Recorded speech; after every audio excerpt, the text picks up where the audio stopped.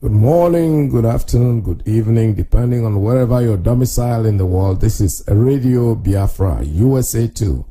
My name is Mazi Peters. We are broadcasting live this morning from New York City under the auspices of our mother station, Radio Biafra London. Our leader's name is Mazi Nnamdi Kanu.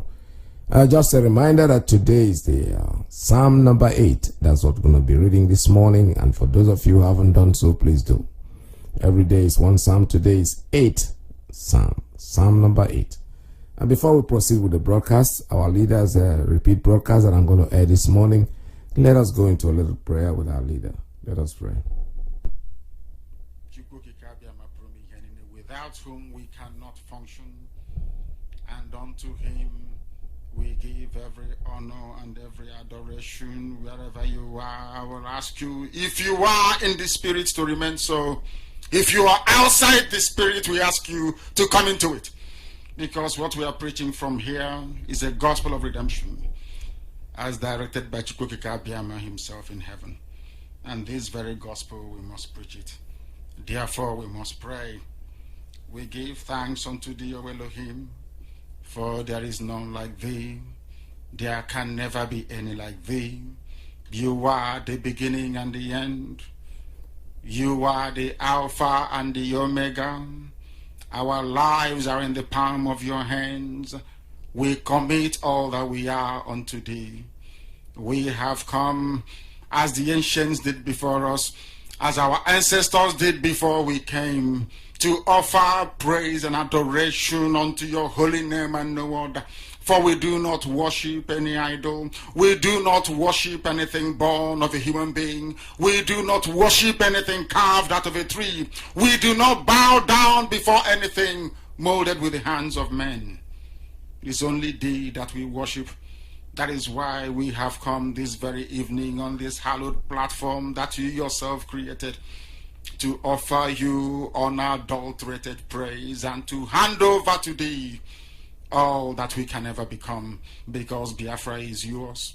This very family of IPOB, you molded yourself. You decreed that IPOB must come, and now that we have come, that we may worship thee, O Elohim, please accept our offering of praise and sacrifice unto your holy name, because there is no other like thee. We will continue to adore thee. We will continue to worship thee. And as I said before, and I will reiterate, as we pray unto thee, that Biafra is your possession, we will sacrifice Biafra unto thee, that you may guide us in all that we do. It's only you that sees the hearts of men. If there is anything that we are hiding, if there is anything that we have concealed from our people, oh Elohim, you will judge us very harshly. But if our hands are clean, our hearts very pure, you will bless IPOB, and you will bless me, and you will bless my family, because it's a promise from you. All our hope and our trust is upon thee. May your name be glorified. May you be exalted. May you, O Elohim, be praised. Now and forevermore we pray. Ise, Ise, Ise.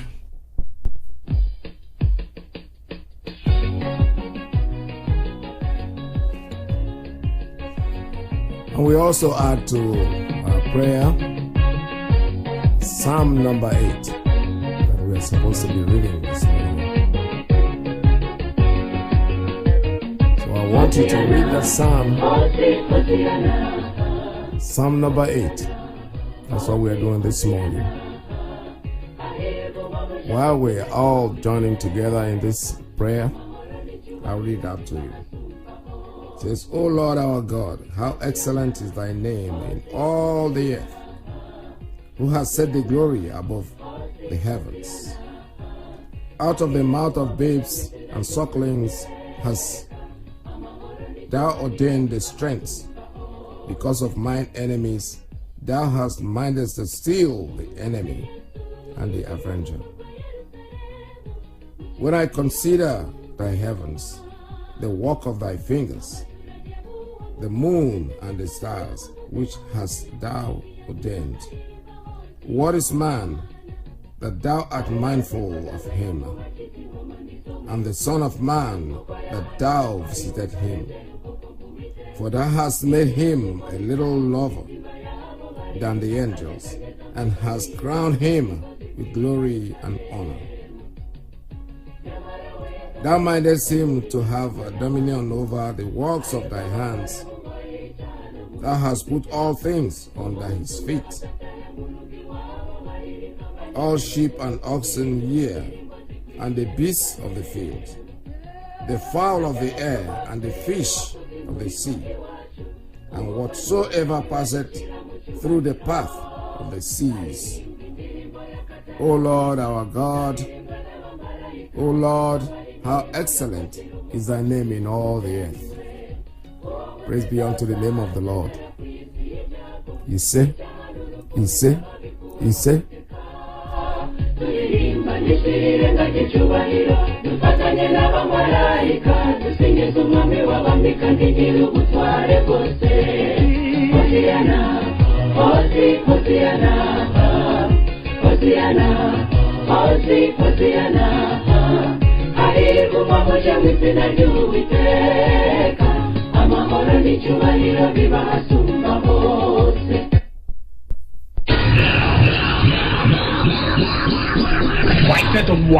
The radio station with more. You're listening to the radio station. You're listening to. This is Radio Biafra. Radio Biafra. We are not like other people. Because as I once reminded you before we came, there was nobody like us. Now that we are here, they pretend, they copy, they emulate, they fabricate falsehood. But they can never be like us. Long after we are gone, they will wish we lived forever. IPOB is very special. Exceptionally special. The largest mass movement in the whole world bar none. And we did it because Chukwokika Biama is with us. We did it because Chukwokika Biama created IPOB himself. And we are here to pilot its affairs. We will not prevaricate. We will not stop. We will not slumber until Biafra is fully restored to its former glory. Anybody in doubt as to our resilience and our determination to restore Biafra is not only mistaken, not only misguided, but needs to see a psychiatrist. Because we are not stopping. I am a Nnamdi Kanu and I don't stop until I get what I want. All right, one more time. What I'm going to do this morning, we are going to repeat yesterday's broadcast for those of us who did not have the privilege of listening to it. And whatever time is left after that, we'll go into our regular conversation. And so let us listen to our leader, Mazi Nnamdi Kanu. This is a repeat broadcast. It was done yesterday. Let's see. You shot so many people dead. You packed their bodies and dumped them in a borrow pit.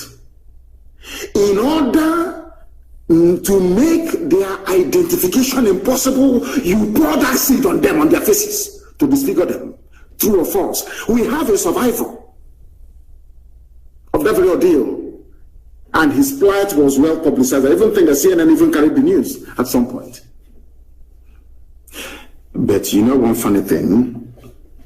Yoruba media never carried the news. But we're in one Nigeria. They wanted to be good Nigerians. We all need to be good, but they never carried the news of this grave injustice being done to a people. Are you following me? Why did we form Eastern Security Network? Why? You know, ESN, if you go now, ESN, the militant wing of IPOB, the armed wing of IPOB, that's what they're saying. That is why,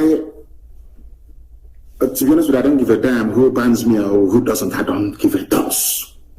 I must preach that which heaven have asked me to preach. How and why did we form Eastern Security Network? Why and how? What happened? Are you following me? What happened?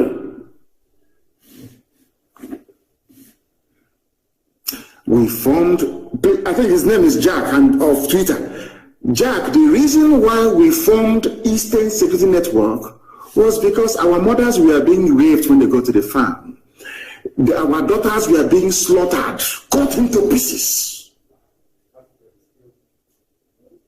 Why did we form Eastern Security Network?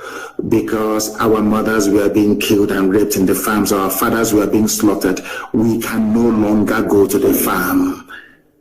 Our forests and our bushes were unsafe. Was that not the reason why ESN was formed? I'm asking Yoruba journalists. Is it not the same reason why you formed Amoteku? Is that not the same reason why?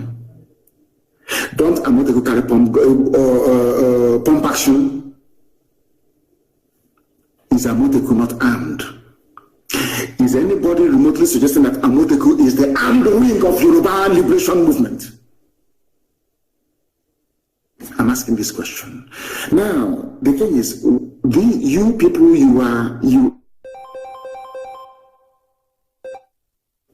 some of you are well read. But what I don't understand is, why do you keep gravitating towards evil? Why do Yoruba journalists always want to support evil? I can't understand it for a life. I don't know why they do that. Amoteku is armed, clashing with Fulani headsmen in your forest. Is that not correct? Anytime we drive away Fulani from our forest, you will now come back to us and tell us that we are armed wing of IPOB. Forgetting the reason why we formed it in the first place. What is happening in Oyo? There is massacre going on in Oyo. I'll get to that later on. Do you know my happiness today? Yala opened their mouth and said, we are no longer in the southeast. That's what they said.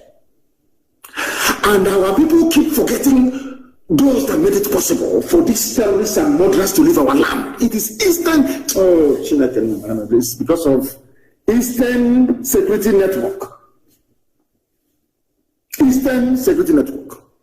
That's the reason why. In case you don't know, IPOB made it possible. Do you know that it is only in the East, in Biafra land, that Nyeti Allah openly confessed and said, we no longer have a presence there in the whole of Nigeria. Only Biafra land. Do you know why they said it? Because we drove them away from there. Eastern Security Network drove them away from there. Do you understand?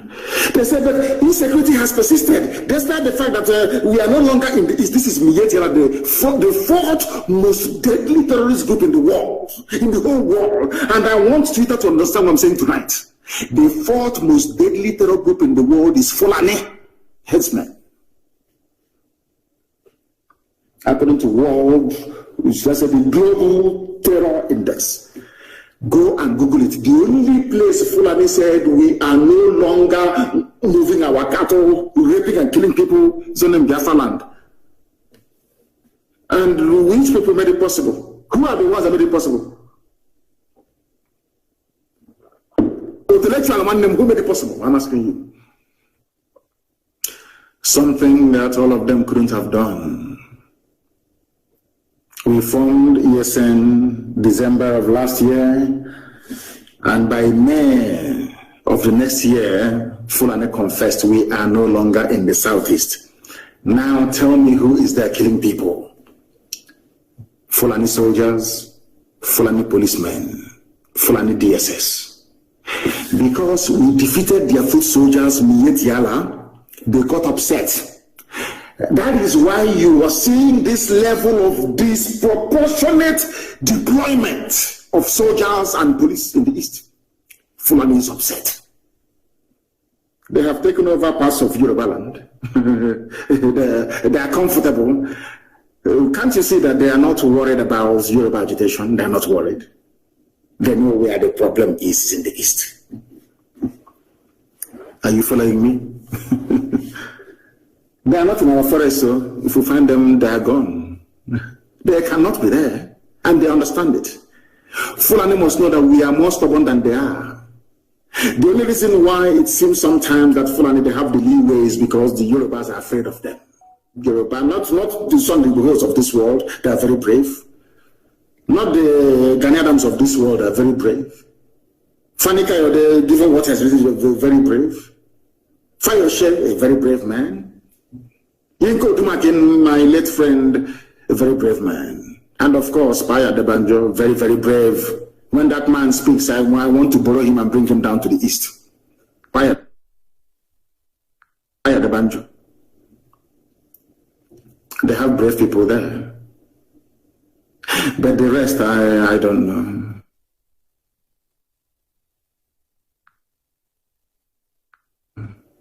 I have no idea. Today, what they are doing by attacking Twitter and buying over Facebook, they want to change the narrative. The Fulani Janjaweed, they want to change the narrative. Every blessed day, they want the world to believe that we in the East are the aggressors, that they are just the victims. And I want the world to ask them a simple question. Who were the sponsors and founders of Boko Haram? Who are the sponsors and founders of ISIS in West Africa? Before then, who are the founders and sponsors of Al-Qaeda in the Maghreb? Who are the sponsors of Ansarut? Who are the sponsors of Fulani headsmen in Miyet Yala? Who are the sponsors of even the foreign bandits that I'm talking about? How many terror groups have I named for you now? All exclusively Fulani owned. Yet, their focus is in the East. I want the world to understand something today because all of you are listening. Nobody hates the police or the army anywhere in the world. But I need you to understand something, that in Nigeria you don't have an army. What you have is a fully Fulanized terror machine in uniform. A gang of murderers in uniform. That's all you have. I'll prove it to you later. We are not going to allow the Fulani to change the narrative. That is why they're upset. They have managed to subdue everybody else in the zoo, apart from IPOB and ESN. They cannot, and they know they cannot. It doesn't matter how many people we lose. We don't care. We keep going. I lost my mom and my dad, and we are still marching on, aren't we? I lost 28 men, very close. We are still marching on. I lost a cousin, Adako, to Nigerian army. We are still marching on. We are not going to stop. So you understand it very clearly. Now listen to me, please. The reason why anytime you see them, IPOB, what they are doing, they want to break the country. The elders must rise up and speak. All those fools. Let me tell you something you don't know. We are the way we are because you made us so. Your hatred for me is what conditioned me over the years to react to you the way that I'm reacting to you, because you are evil. Nigeria is an evil entity, very, very satanic. You want to change narrative. It's IPOB, they're the aggressors. I saw some women, was it yesterday? Give them their Biafra. We don't want to die. Look at murderers calling other people murderers. Can you believe such nonsense? The Fulani leaders, you cannot win. You cannot defeat IPOB. You people were the ones that established many terror organizations in Nigeria in a bid to overwhelm the country and take over the territories for your Fulani people. IPOB became a stumbling block to that very Janjaweed expansionist tendency. True or false? Am I lying? You were ruling Nigeria before, doing everything you like, controlling NMPC, controlling the seaport, customs, everywhere you were ever. Now, finally, because you felt that you've subdued everybody else, now you can now march on with your foot soldiers into the east. Because you've taken over Yoruba land, of course, so I know that very well. You came and we said, no, you can't come into this land to take it. Come and do your business and go. You said no. Now, because we defeated Mietiala, you now brought in police and army with official uniform, official badge to come and shoot people. And I also want to remind Twitter, because they're listening. Twitter, please. Do you know that in the Nigerian army and police there are terrorists there? Are you aware that Nigeria actively recruited terrorists, killers and murderers and rapists, and gave them army and police uniforms? Are you aware of that? How can anybody, Yoruba journalists, how can you people in your infantile stupidity refer to Nigeria as having an army or Nigeria police? Or where are those terrorists?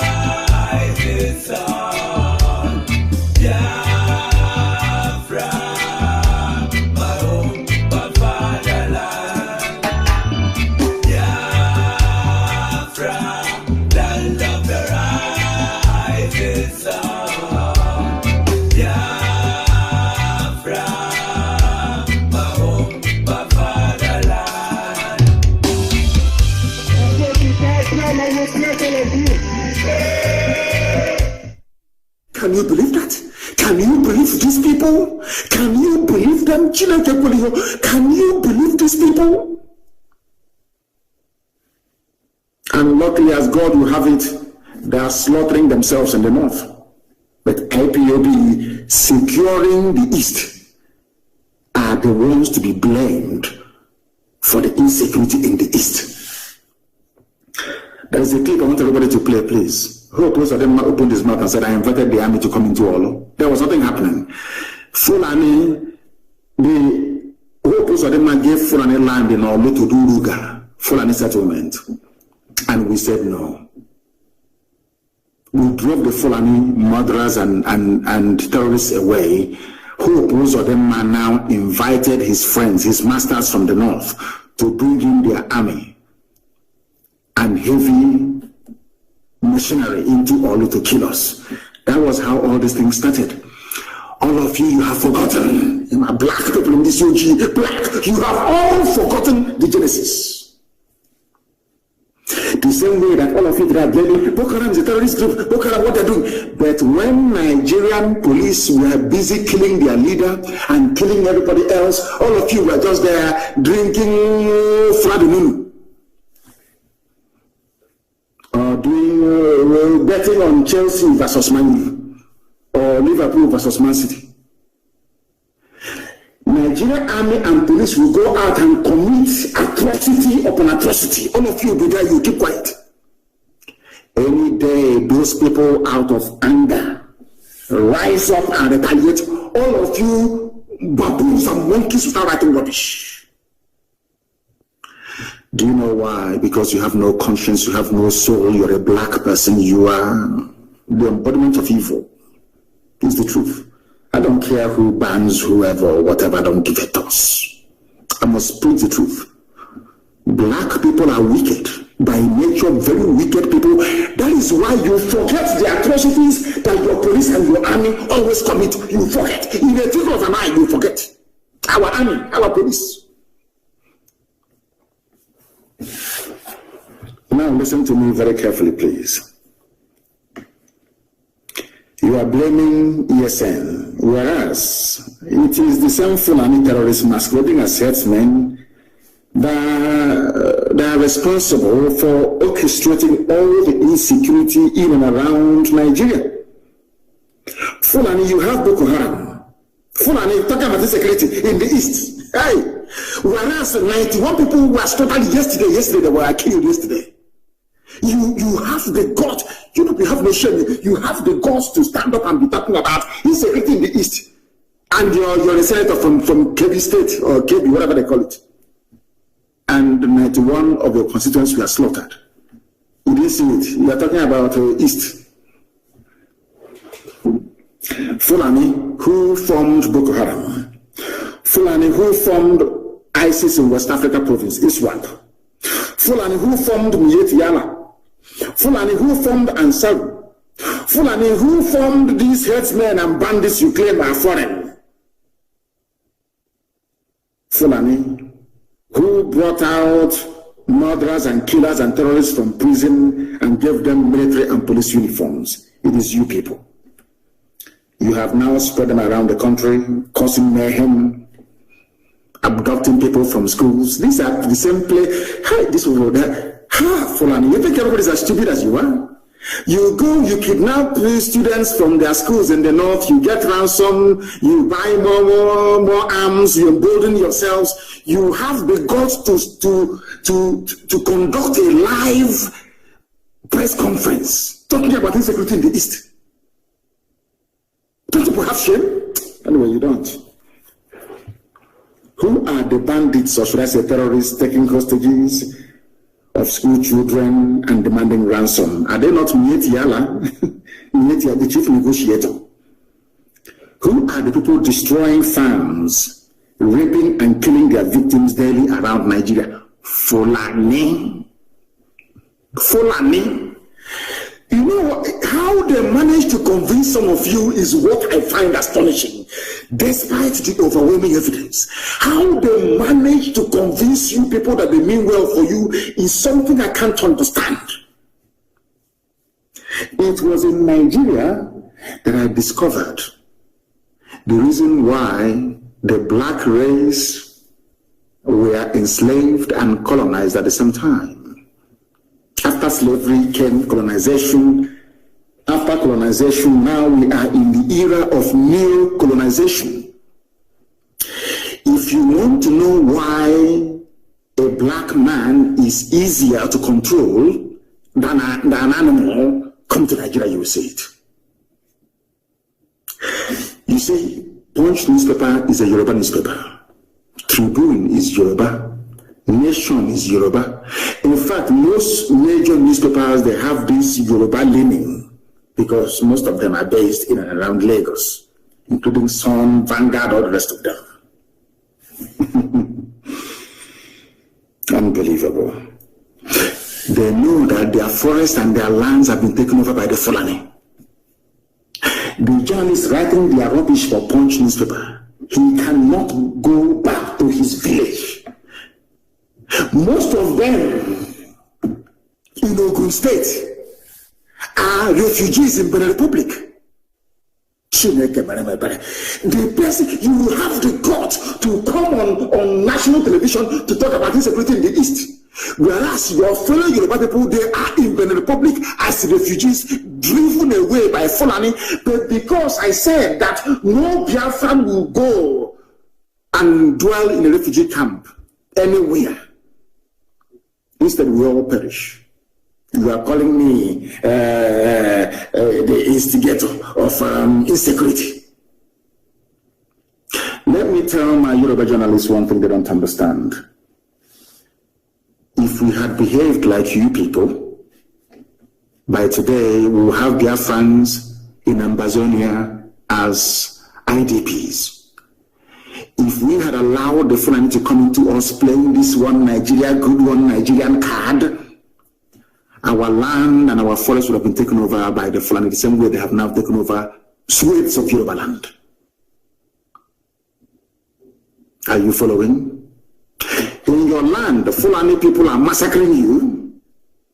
In our land, it is we have defeated their foot soldiers. They now brought in, gave them army uniform, official army uniform, to come to kill in our land. That's what we are facing now. Because the Fulanis, they think they're clever, but they are not. One day we will get one terrorist with uniform, and we will show the whole world what they have been doing. Fulani terrorists are everywhere, you must understand.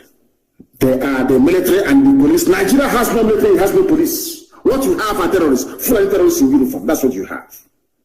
No Fulani leader. I have never come across any Fulani leader condemn Yala. Never, ever, ever. But one of them, the East must speak up. Silence is no longer golden. Speak up now. Speak up now. Have you ever spoken up? against Mietiala? Have you spoken in the past against them? Against your friends in Boko Haram and ISIS in West Africa that are considered even more deadly than Boko Haram? No, you have not. But you want Eastern leaders to rise up and speak against those that drove away your terrorists from our forests. Does that make any sense to you? Of course not. No Fulani leader has ever condemned what their people are doing. The same people are today threatening us. Fulani rulers trade with genocide. Activities of ESN is the reason why we are coming. You are angry because we defeated your foot soldiers in the forest. We drove you terrorists away from our land. That is why you're upset. Once in a while, you give them army uniform to come and kill people. That's all you do. Any day we respond now, we capture them or we kill them, you run to Twitter. Can you say they're killing Nigerian soldiers and the police, our security architecture? But you cannot speak the truth by telling the whole world that these same people were once terrorists, or I think they are all terrorists even till now. Do you understand what I'm saying? Do you see why we are agitating for Biafra? Why we don't believe in Nigeria? Why Nigeria will be destroyed beyond repair? Because Nigeria is a criminal enclave. It is not a nation, it's not a country. It's a place full of black people who cannot reason properly. It's as simple as that. Because if you can reason properly, please, you can see the handwriting on the wall. Who are the terrorists in Nigeria? Who brought insecurity into Nigeria? It's not the Fulani. Without Fulani people raping and killing in our land, also one, in case you have forgotten, Nimbo, in case you have forgotten, in Ebony, in Cross River, in rivers everywhere, they were killing, pillaging, raping and looting. Have you all forgotten why ESN came? You have all cleverly forgotten. Black people, this UG. And they are so-called political elites. Everybody wants to be politically correct. Everybody wants to be politically correct. Everybody wants to please Fulani because of 2023. Because they control INEC, they control CBN, they control everything. Your political future. In fact, if they can put this on in power, what can they not do? All of you were there claiming, this is our nation, Nigeria, without shit. You people, you disgust me. Supreme Court of Nigeria imposed a ban on the people of Imo. A man that came forth during election. He was imposed, and they asked Supreme Court of Nigeria, where did you get all this number of voters, given the fact that INEC register doesn't tally with the figures you're pronouncing? And by law, the same INEC they claimed they met a few days ago, we are not happy, our offices are being burnt, what is happening now is not good. The same INEC that you charged by law to conduct elections went to Supreme Court and said to the judges, the figures you're using, they are wrong. The judges said our decision is final. Hope Uzodinma is the governor of Imo State. And you want people to accept that rubbish? You must be mad. You must be mad. What we are doing is to teach the next generation how to defend their lives. ESN was born out of the need for self-defense. And we have done a very marvelous job. That even Mietiala confessed. Anywhere you see people claiming they're Fulani, these are terrorists that they brought in and gave them uniform to go and kill. That's all. To go and kill. And I want Yoruba media to listen to me very attentively now, please.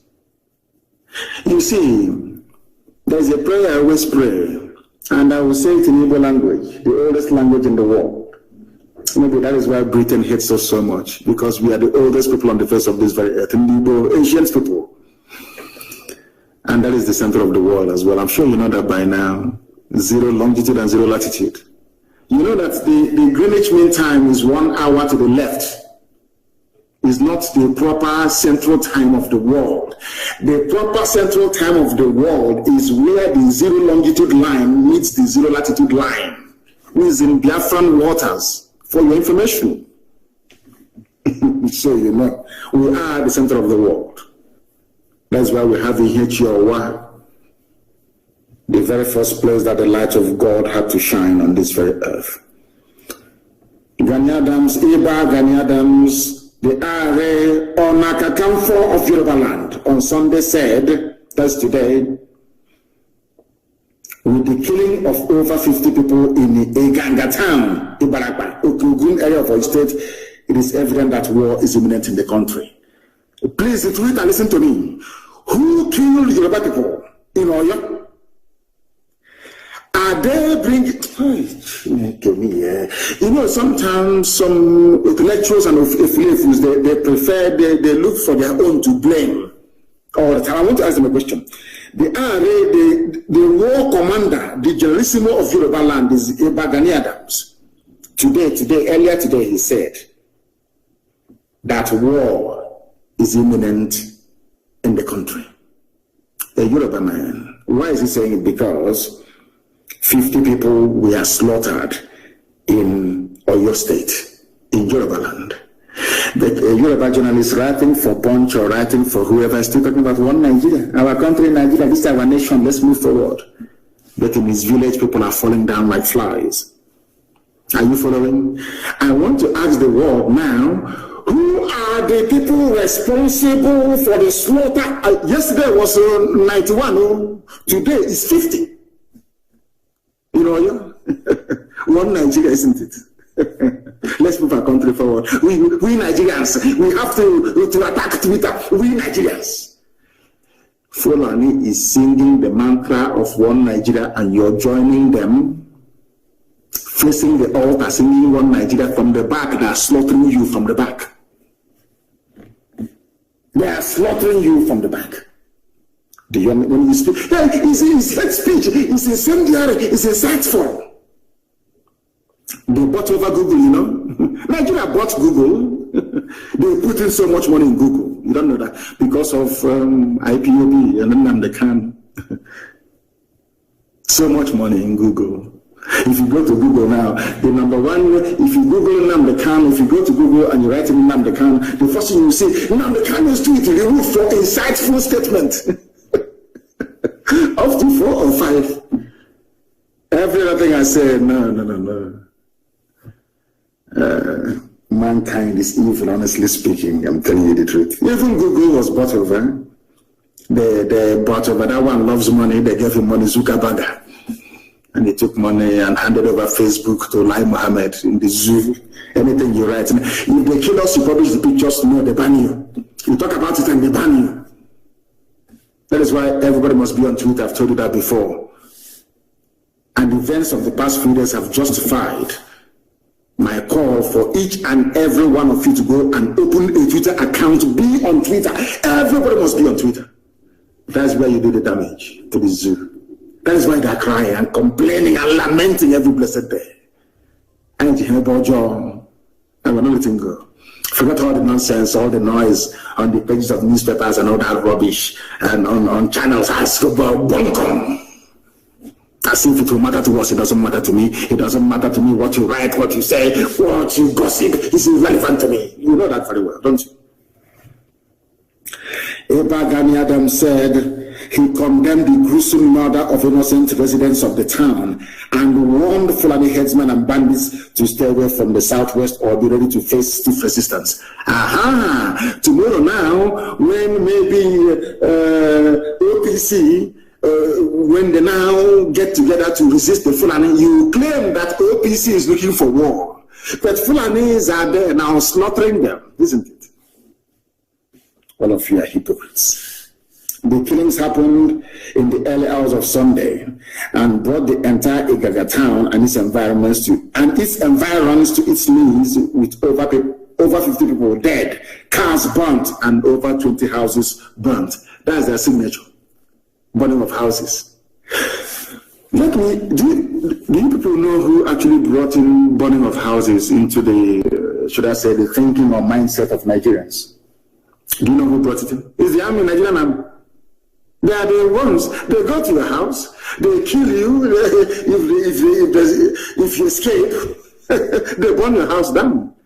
The same barrister, before they attacked his house again last night to kill him, they came, was it not last year, and burnt his house. Do you know that the Nigerian army went to Fela's house in those days? People talk about unknown gunmen, unknown goat, unknown cow, unknown pig. Who started the phenomenon of unknown? Nigerian government under Obasanjo. They sent soldiers to go and kill Fela and his mom. They went to Fela's house after causing the death of the mother, of course. They burnt the place down. Nigerian army. They asked them, who did it? They said, unknown soldiers. All of you have forgotten. These are black people that don't read. You don't even know history. They asked Obasanjo, who were the people responsible for invading Fela's home, Fela and Nicolas Bokuti, his home? They said it's unknown soldiers. Oh, dear me. Nigeria. You see Obasanjo tomorrow, this insecurity is getting out of hand. Obasanjo, did you not start insecurity by sending soldiers to go to Fela's house? What crime did Fela commit? He was singing and expressing his natural, his God-given right to speak his mind. Obasanjo, you today talking rubbish, insecurity, and we need the bitterness in the land. Why did you send soldiers to go and kill Fela and the mom? When they failed, they burnt the place down. Nigerian army, yes. It was Nigerian army that started this very, the concept of burning down people's houses. Nigerian army, yes. Nigerian army, yes, the army of Nigeria. Our boys, as some of you will foolishly claim now and again. They killed Yoruba people 50 yesterday. The same way they went to Benue State and killed Igbo people the other day. When we go there now to confront them, people say, hey, ESN is here. They are destabilizing the polity. Talking rubbish. Why is it that when Fulani people are killing people, all of you are quiet? When the people rise up to retaliate, you start talking rubbish. All of you. You start writing to Twitter. Lai Mohammed was upset because he wrote to Twitter on 4 occasions for Twitter to ban my account. And Twitter said no. You don't know that? 4 times they wrote, Ministry of Information and Culture, signed by Lai Mohammed to Twitter, ban Nnamdi Kanu. Twitter said no on 4 occasions. But they called Facebook, you know, Facebook, they have Nigerians working for them. Bribery and corruption, give them money. Anything you see that is Biafra, pull it down. And the idiot in doing work for Facebook, pulling all Biafran posts down in his village in Ibarak, they have killed 50 people. I can see the Gabon on. I can see that hand with which you have used to write that poisonous epistle on the pages of Punch newspaper. You will put it inside your mouth and you become contaminated. Ibarak is an example. Yoruba land is under siege by the Fulani. And you're writing about the East. I know that Ibagani Adams will do the obvious. They even destroyed the palace of the Oba of Asigagan, of Igagaland, Oba Adewusi Olaoye. His house was not spared. And the monarch has been whisked away by the bandits. They even took a Yoruba traditional ruler, an Oba in Yoruba land, Fulani. Your friends, Your friends in one Nigeria, keeping Nigeria one, moving ahead, yes? They took your Oba. Fulani bandits took your Oba. In the east, you have their soldiers disgracing our traditional rulers, as they did in the coastal region. They know what they're doing. Can they do that into an emir in the north? Can they try it? First answer is no. Because all of you people, you tolerate Fulani Janjaweedism under the guise of one Nigeria. They are flying your flag, green, white, green in front of you, but inside they're destroying you. And you don't know. Very, very sad indeed. It's very difficult to sound presidential or to sound statesman-like when you're discussing Nigeria, because the whole place is disgusting. Nigeria is disgusting. So they never spoke the language that they're telling. Why don't you now come out and say the killing in Oyo State is bad? We are going to treat them in a language they understand. Why not? It's only in the East. And Yoruba journalists, they support this junk coming from these people. That is the reason why they come to your land and they massacre people. Because you support evil. Tinubu has to be president. You people are jokers. That Biafrans are not in IDP camps today or refugee camps is because of the immense work that ESN is doing. And for record purposes, please, ESN is in the bushes and forests of Biafra land. We are not out on the street. All of you trying your best to link ESN with unknown gunmen, you're wasting your time. If you want to know how unknown gunmen were born, go and look at all the atrocities of the Nigerian army and police against young people in the East. You'll understand that. ESN is inside the bush, making it possible for you to sleep at night. ESN is not and will never be unknown gunmen.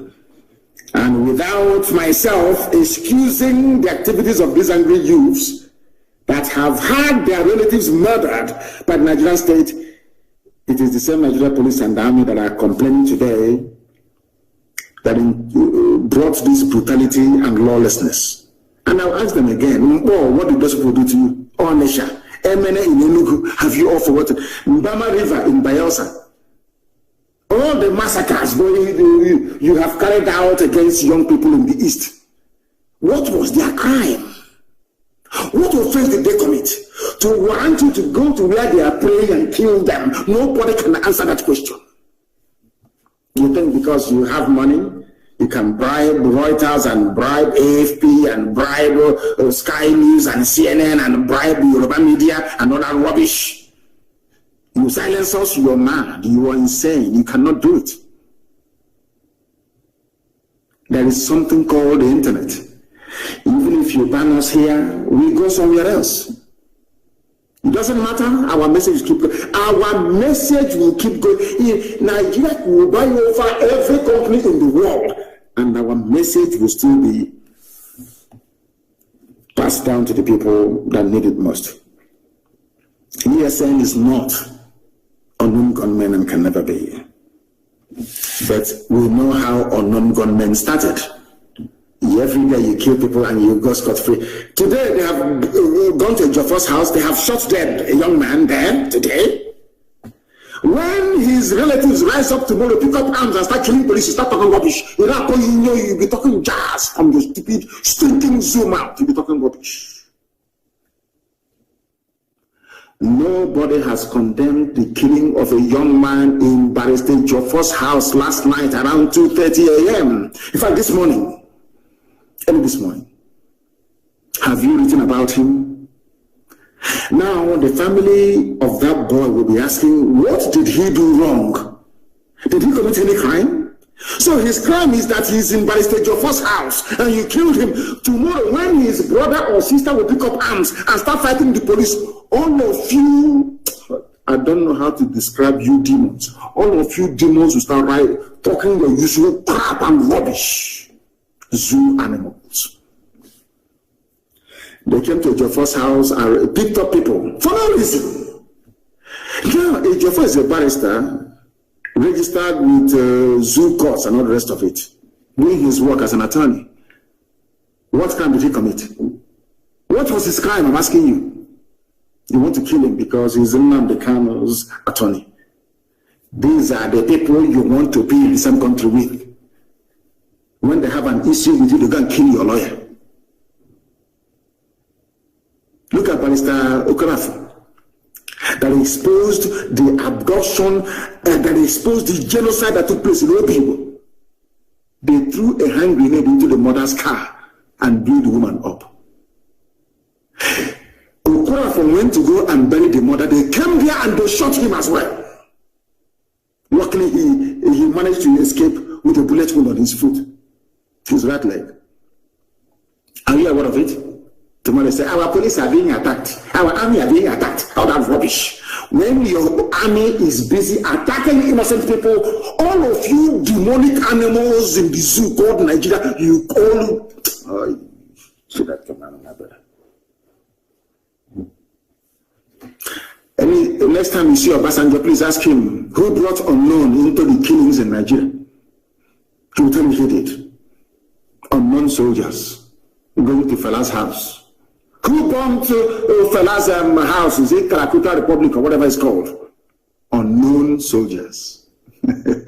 Under Obasanjo. That's Nigeria for you. They started insecurity. Fulani, this very regime of nepotism, this regime of backwardness, this feudal regime of mediocrity, they are the ones that started insecurity in Nigeria. Wicked souls. Wicked souls. Every time they deny. Let me tell you something about, Ahmed Gulag that was killed. Anyway, I'm not going to go into it because there was a man in the vehicle. He is an Ogoni man.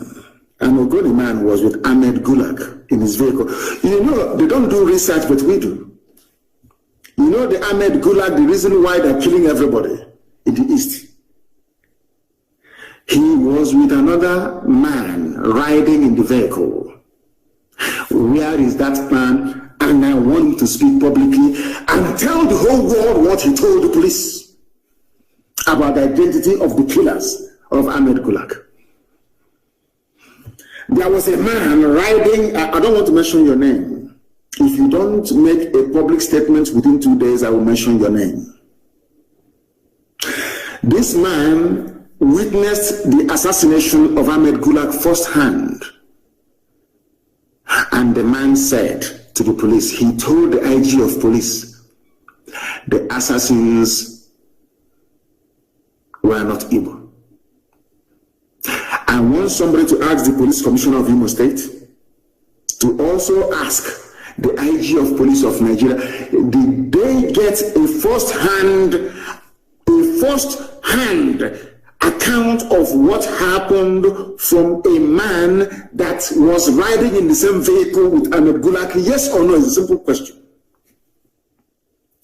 Zoo journalists are very lazy. I want them to go and ask the IG of police, was there any man riding in the same vehicle as Ahmed Gulag when he was killed? Did that man give you a statement? And what did his statement say? I am telling the world today that the man told the IG of police that those that killed Ahmed Gulag are not Igbo people. True or false? That all of you are busy writing rubbish. Daily Post, all these idiots writing junk. You think you want to stifle Biafra, you think you want to delay the coming of Biafra, you think you can stop Biafra from coming, but you're wasting your time.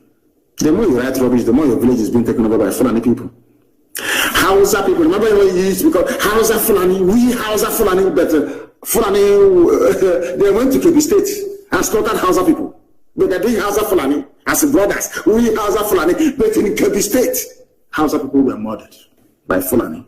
You people don't learn anything. As I said, there is something wrong with the brain of black people, especially those of you from Nigeria. There is something definitely wrong with your brain. I'm telling you the truth. You are not normal. You can never be with the way you reason. I don't want to mention names, but that man, you must come forward to tell the world what is going on and to tell you how clever the Fulani think they are. Britain helped them to suppress Biafra by denying Ojukwu access to world media then. They are secessionists. You are very clever people, though. They are very clever, I'm telling you the truth. There are people in California, in America, called Cal Exit. They want California to break away from the USA. They're not being called secessionists. The Bloc Québécois in French Canada, nobody's calling them secessionists because they're white. But a white man came to my land and formed a country for me without my consent. And I'm saying to the Igbo man, Beture, this thing you found here is not with my consent. I want to leave it. He's saying I'm a secessionist. I should be killed. He is a secessionist. Kill him. Beture said I should be killed because I challenged him and I said, this thing you created here is not a country for me. I can't go to Europe to create a country for you, white man. Why must you come to Africa to create a country for me? And give me a very useless name, Nigeria. It doesn't make any sense. In fact, it's a racial slur word. He's telling me you are a secessionist. But Scotland wants to be free from England, and very soon Wales will join. Why is it that Scottish people are not called secessionists and the armies of Britain there slaughtering Scottish people? Why not? And then I realized that I want. That's the way it is. No wonder people put on bleaching cream. Sometimes when you look at black people, you know the way we reason is a bit strange. You can buy one unku cream and add bleach to it and be rubbing it on your body to be white. Because I don't blame them, to be honest with you. I just don't blame them. The way we reason is quite astonishing. Nobody can ask them, Punch newspaper, that hardened Yoruba or Fulani Janjaweed paper, can never ask anybody, how come Nicola Sturgeon is not a secessionist? She's not being called a separatist. Why not? After all, IPOB is a peaceful movement. And all we asked for was for a referendum. The same thing that Nicola Sturgeon is asking for. But Nicola Sturgeon, a white woman, is I don't know, a Scottish nationalist. But Nnamdi Kanu is not a Biafran nationalist, but a secessionist. Because I was created by a white man. And who are you, black nigger, to say no to what a white man created? Who are you? That's the stage we are in right now. I like Michael Jackson now. I love his music. He was the greatest entertainer in the history of man. The best dancer ever. When Michael Jackson was bleaching his cream and circling his nose, I didn't blame him. I never did. How can I blame him? With what is black refugee? How can you stay in a country where people claim they are learning, that they went to school? They brought in somebody who did Sharia court Alekali in a local Sharia court and made him the Chief Justice of the Federation. And none of you are there. If I have a knife, I'll cut off, if it's possible, I'll just cut off my own skin completely. Cut it off. Black people, they make me sick because of the way we reason. We do not reason like human beings, I'm telling you the truth. And that is why I am upset. I am as upset as I am. Do you know that the same Punch newspaper, Punch, when I've been mentioning their name, you will hear what will happen to them. Punch newspaper. Go and ask her. If I lay a curse on you, you're finished. Do you know that Punch newspaper published what a terrorist, the fourth most deadliest terrorist group in the world said? Secessionists, not headers, responsible for security crisis. A terrorist saying that people who are seeking, they don't even want to say that we are a group of people seeking self-determination. No, it's not for you. You're black.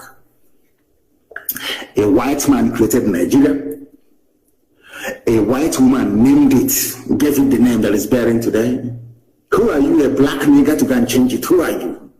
You're black, you're a nigger. So that is why you're a secessionist. Not somebody who is agitating for self-determination. Unbelievable. Yetiala said that people asking for freedom are responsible for security crisis, not them. But they are in Benue State slaughtering people. The same people, Yetiala said that Benue is theirs by right of conquest. No DSS invited them.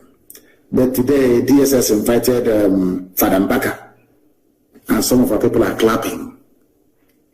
You know, the foolishness, I mean, I don't know what is wrong with some people, you know. Mbaka is a cleric.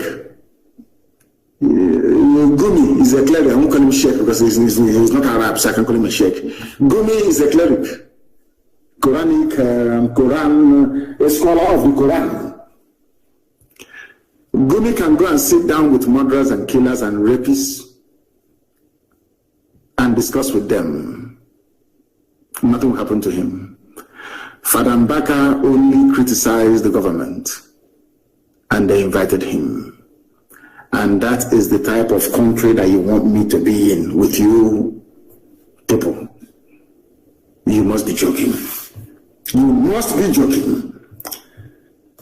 Our land is under siege because we are in a state of war, undeclared war.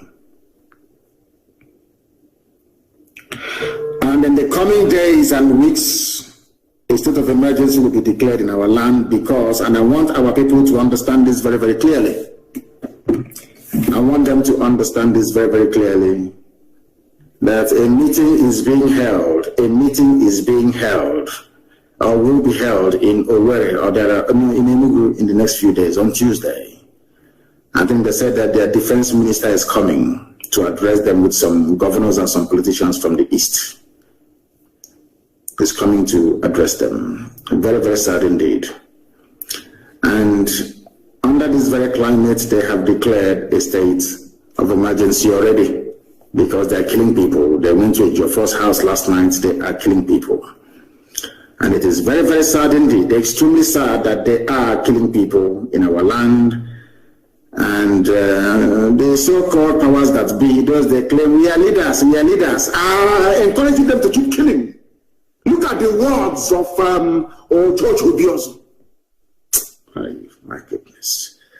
Some people are not even fit to be fathers, talk less of being elders. I'm telling you the truth. Very, very shameful. Very, very shameful indeed. Very, very shameful. I have a very important announcement to make this evening. And if you like, you listen. If you like, don't listen. That is your business. But I must make the announcement anyway. And it is for our young men and women across Biafra land, because right now we are in a state of war in Biafra land.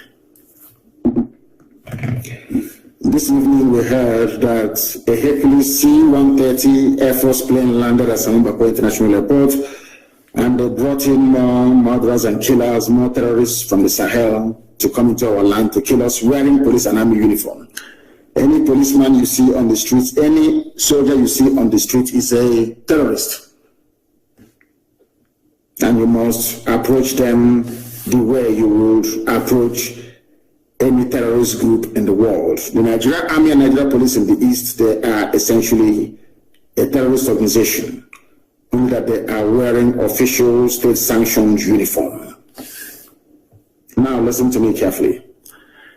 If you are in Anambra State especially, I am advising every young man, woman, boy or girl to leave Anambra State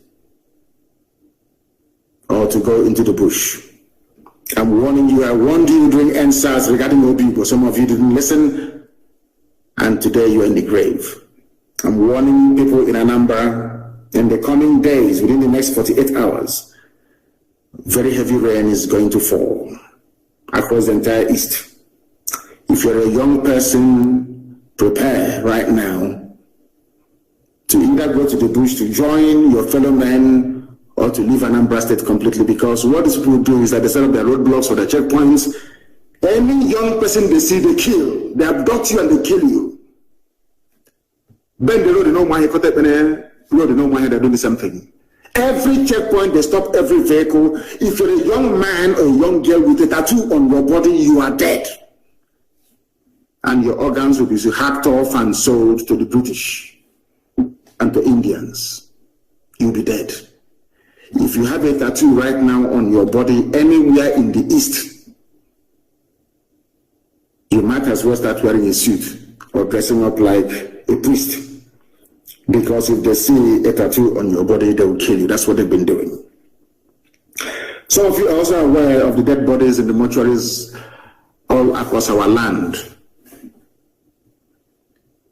You are aware of it, don't you? Those are the dead bodies of young men and women across our land.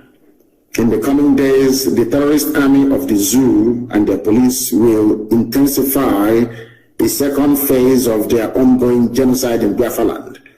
Abductions, summary executions, kidnappings, and rape by these Fulani terrorists are on the rise, and do not say I did not warn you. If you're in Anambra, you must leave as a young man or as a woman. Go to a neighboring state if you have to. Things are about to happen in Anambra state. Don't say I did not warn you. All able-bodied men must enter the bush, no more sleeping at night. Some of you are still sleeping in your homes. And I want young men in every village to form a defense force in that very village. Any vehicle in the middle of the night coming to that very village, you disable it. There are many ways to do it. And I will tell you, but not live here on air, to be communicated off air. That is what we must do. Because our land is under siege and we must defend it. And with that, we have come to the end of our presentation this very day. And I thank you all for listening. And for those of you, the Twitter staff that are listening to us this evening, I want to tell you something that maybe the whole world knows, but Garba Shehu would not confess to knowing about, is this. You may call Biafra a secessionist, whatever you like, from now till the kingdom come. It doesn't make any difference to us. Because to us, Biafra is not just a nation, it's not a country, it's not a home. It is our religion. The same way people die for Christianity, people die for Islam, is how we are dying for Biafra. Biafra is our religion. The sooner our enemies understand this, the better for everybody. We cannot give up. Biafra is our religion. Here on Radio Biafra is where we worship. Because Elohim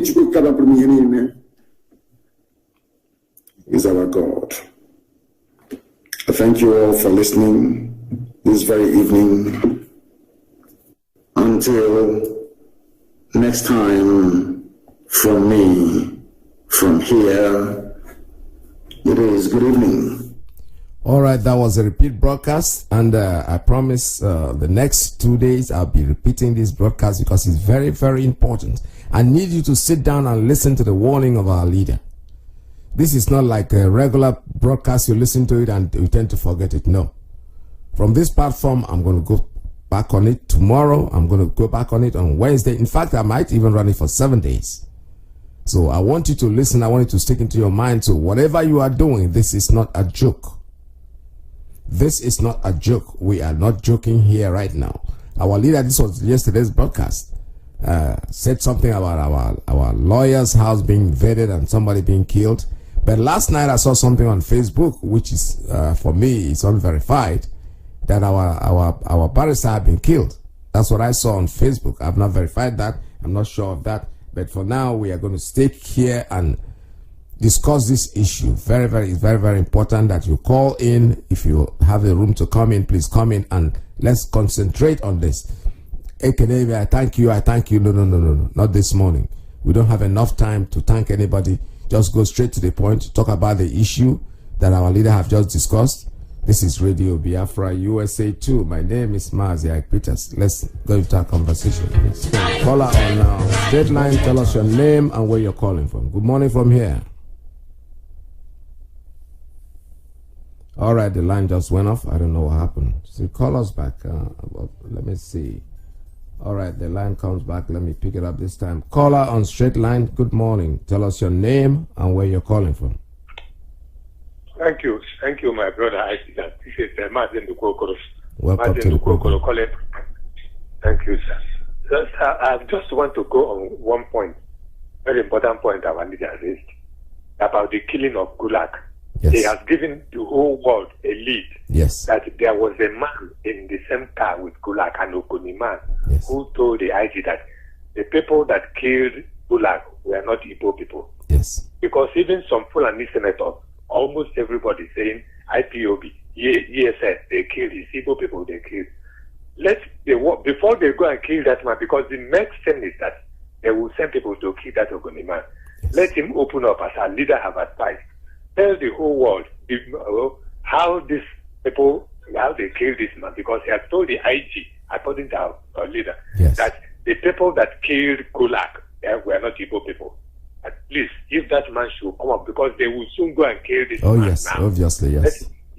That is the obvious thing now.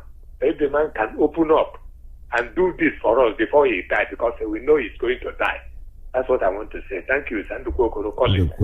Thank you very much. That was brief enough, and that was a very good advice. I know that the man's life is in danger, because now that they know that the man, and our leader found out, our leader has his name. He said he doesn't want to call names, but that man, to protect yourself, this is the time you come up and say something, so the world will hear you, and if anything happens to you, somebody's going to be held responsible. If you want to keep it there, keep it to yourself and think you can protect yourself, well, you will eventually know who you are, because probably by the time we know who you are, you have been killed. You have to come up and say exactly who you are, introduce yourself and say what you happened, because you gave a police a statement. Now they're trying to change the narrative by saying that it's IPOB or ESN. Not that we really care anyway. It does not matter, but the truth has to be told. This is Radio Biafra. Please call us 646-920-4541, 845-344-7984, +1 929-406-9953, line for the principal officers and the ladies. Coming in on principal officers line. Good morning. Tell us your name and where you're calling from. Good morning, sir. Welcome to the program. Can you hear me? Can hear you loud and clear, sir. You're talking to the world. Go ahead. Okay. My name is Franco Binamba. I'm calling from Trondheim, Norway. Brother, thank you very much. The broadcast yesterday was something else. A lot of revolution was done by a lot of information was passed by our leader. Only for those that will understand and listen very well and carry out what he has said, because he has been talking right from time. But at times the people will sweep it under the carpet. But at the end, they will go back and say, this man said this before. I don't know when people will be taking our leader serious or listening, adhering to what he has said. Again, he warned, especially Anambra, something is going to happen and all those, the military and all those things. People should adhere to that. Take it very serious. We should not overlook things. If we say something, we should do it. I still borrow that word, if as you know, that is the only thing. No matter what, we should listen and do what he has asked us to do. My brother, anything we are saying now, we'll still remember ESN. Like I said yesterday, I mentioned, we in Norway, we are trying to do our launching this 26th. My brother, I wish you allow me to announce some of the things. Go ahead, sir. Thank you very much, my brother. The number to call for now, the number to call is our national secretary, because everything is just very soon, but we are going on with it. It's ESN or nothing. The number is +47 40 58 3909. I repeat, +47 40 58 3909. And the name is Emmanuel Okori. He's our national secretary. For the Zoom meeting, the more information will come up your way. But everybody in Norway, there is no excuse now not to support ESN. Do your best. No amount is too small, no amount is too big. Please, we need to support these people. Thank you very much, my brother, for giving me this opportunity. Thank you, Ike, from Trondheim, Norway. All right. Thank you. Thank you so much. All right. Keep calling. This is Radio Biafra. We're still taking calls at 646-920-4541. Our leader has already told us, especially those in Anambra, young people in Anambra, I need you all to listen attentively. Our leader has warned you to find your way, make sure that you protect yourselves, because another level, that is the point. And you don't expect your police or your leaders, because these are the terrorists that are going to kill you. Don't look up to the police. protect yourself. If you have your local vigilantes, you people should work together and make sure that the person that is vigilanting you, if I can use that word, is somebody that you know that lives in the community, that comes out of the community. Let's say my people at Ndiaku Tolonewi, if we have security men that are guarding the community, we know who you are. You have to know who the next person is. Or if when you come together, you realize that this person is Don't depend on the police, for God's sake, because these people are the terrorists. They are uniform. They have come there to kill you. There are no two ways about it. Bikunu, you don't have to sit down there and wait and start arguing with yourself. Please, it is time for you to adhere to this. And like I said, this broadcast is going to come on again tomorrow. Next tomorrow, I'll keep airing it until Onye Chirinti will eventually hear. Let me take a call coming in on Principal Officer's line. Caller, good morning. Tell us your name and where you're calling from. Thank you very much, Mazi Peters. Good afternoon from here. My name is Desmond, and I'm calling you from Italy, Mazi. Mazi, like the broadcast of our leader last night, it's a very clear message. It has started already. You see, I don't know. You try to also play the record of a suicide bomber they just caught in Miata, Anambra. I think you played something like that this afternoon also.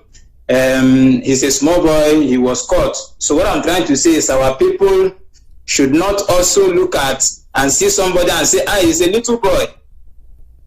Vigilant groups in the communities must also look after their community role, especially when our women are having community gathering in our communities.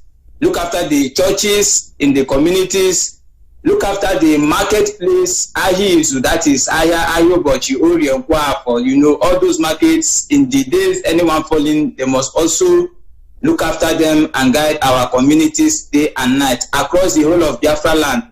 I want to advise our people that there is no need to run for war because our land has been under war right from time. So we just have to be prepared. It's a good thing in 1967 to 70, information did not come. But now, information is coming. So our youths on ground must take this thing serious. Anything our leader has said, they must do it that way. That is my input.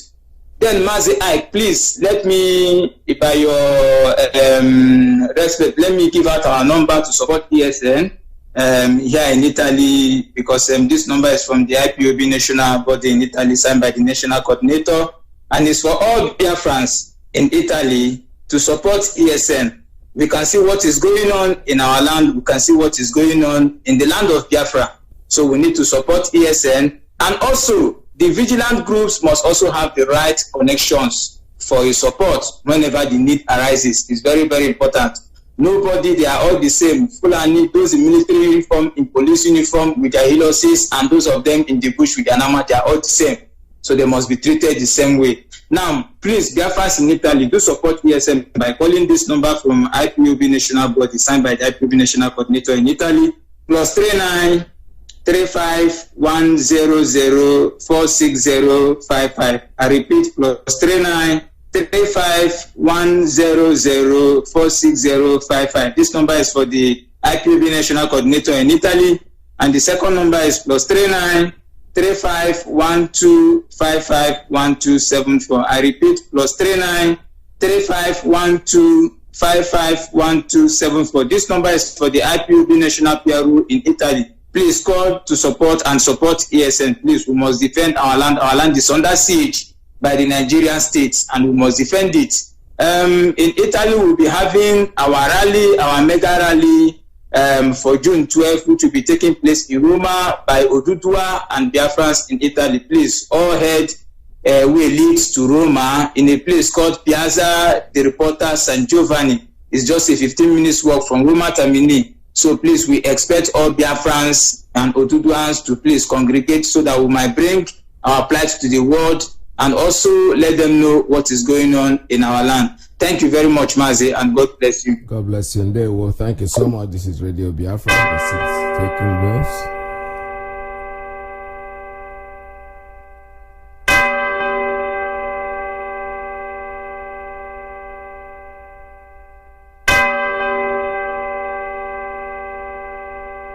Announcement.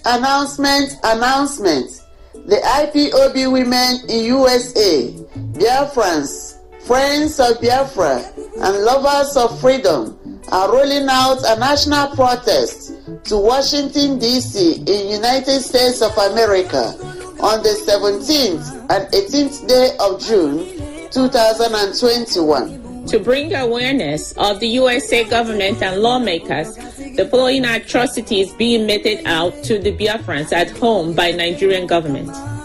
The raping and continuous killing of Biafrans by the Nigerian security forces. Continuous abduction of Biafran youths for organ harvesting and sale to China and Europe. For more info, contact the following: Mrs. Bridget Okafor, IPOB Women Leader USA, 215-715-7709. Father Augustine Ademegwa, 917-306-9786. Mrs. Christiana Chiazoduro, 443-983-7493. Mazi Maxwell Dede, 798-728-8326. Miss Beatrice Okezie, 347-517-7934. Father Ben Wanoneni, 215-954-7181. Madam Adan Nayanwu Degu, 713-385-2240. Mazi Ben Wankwo, 513-616-1412. The need to stop the overall genocide in Nigeria and the urgent need to grant referendum to the agitating ethnic groups in Nigeria, even if the outcome is possible disintegration of Nigeria. Wanda Rosemary Williams, 619-381-8579. Colonel John Obona, 443-413-5119. Mazi Joe Nduka, 904-716-7106. Lady Azuka Charles Wonko, 801-928-4629. Mazi Austin Wonko, Gallant Tech, 210-966-4393. Mazi Michael Mba, Original Edo, 832-687-5673. Ambassador Anthony Chima, Gallant Brother, 917-855-3503. All hail Biafra. Mazi Chikwado Ipama, 510-807-5440. Mazi Michael Abarakwe, aka New York AM, 646-236-5246. Mazi Oliver Obi, USA Eastern Regional Coordinator, 410-522-8810. Mazi Ndidi Anworom, USA Mountain Regional Coordinator, 313-587-3044. Mazi Ndubweze Ejasi, USA Central Regional Coordinator, 214-664-8119. Mazi Babachijoke Ndubisi, USA Pacific Regional Coordinator, 818-201-8884. Mazi I. Peters, IPOB Gallant Media Representative, +1 845-283-9665. Mazi Alozie, IPOB Gallant Media Representative, +1 484-767-0848. Mazi Simon Ewa, IPOB Gallant Media Representative, +1 358-451-884777. All hail Biafra. All hail Biafra.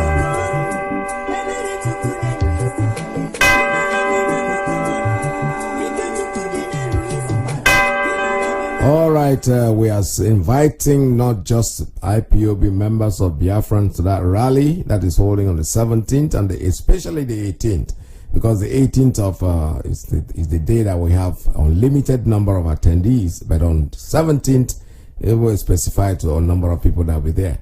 So make sure that if you want to come in from Ambazonia, those Ududua members, we're all inviting everyone to that rally, that mega rally that is coming up in Washington, D.C. on the 18th of June this year. We're going to be there to express our opinions to the world. But this morning we're still talking about the broadcast of our leader. The unknown soldier that Obasanjo created is exactly what's going on.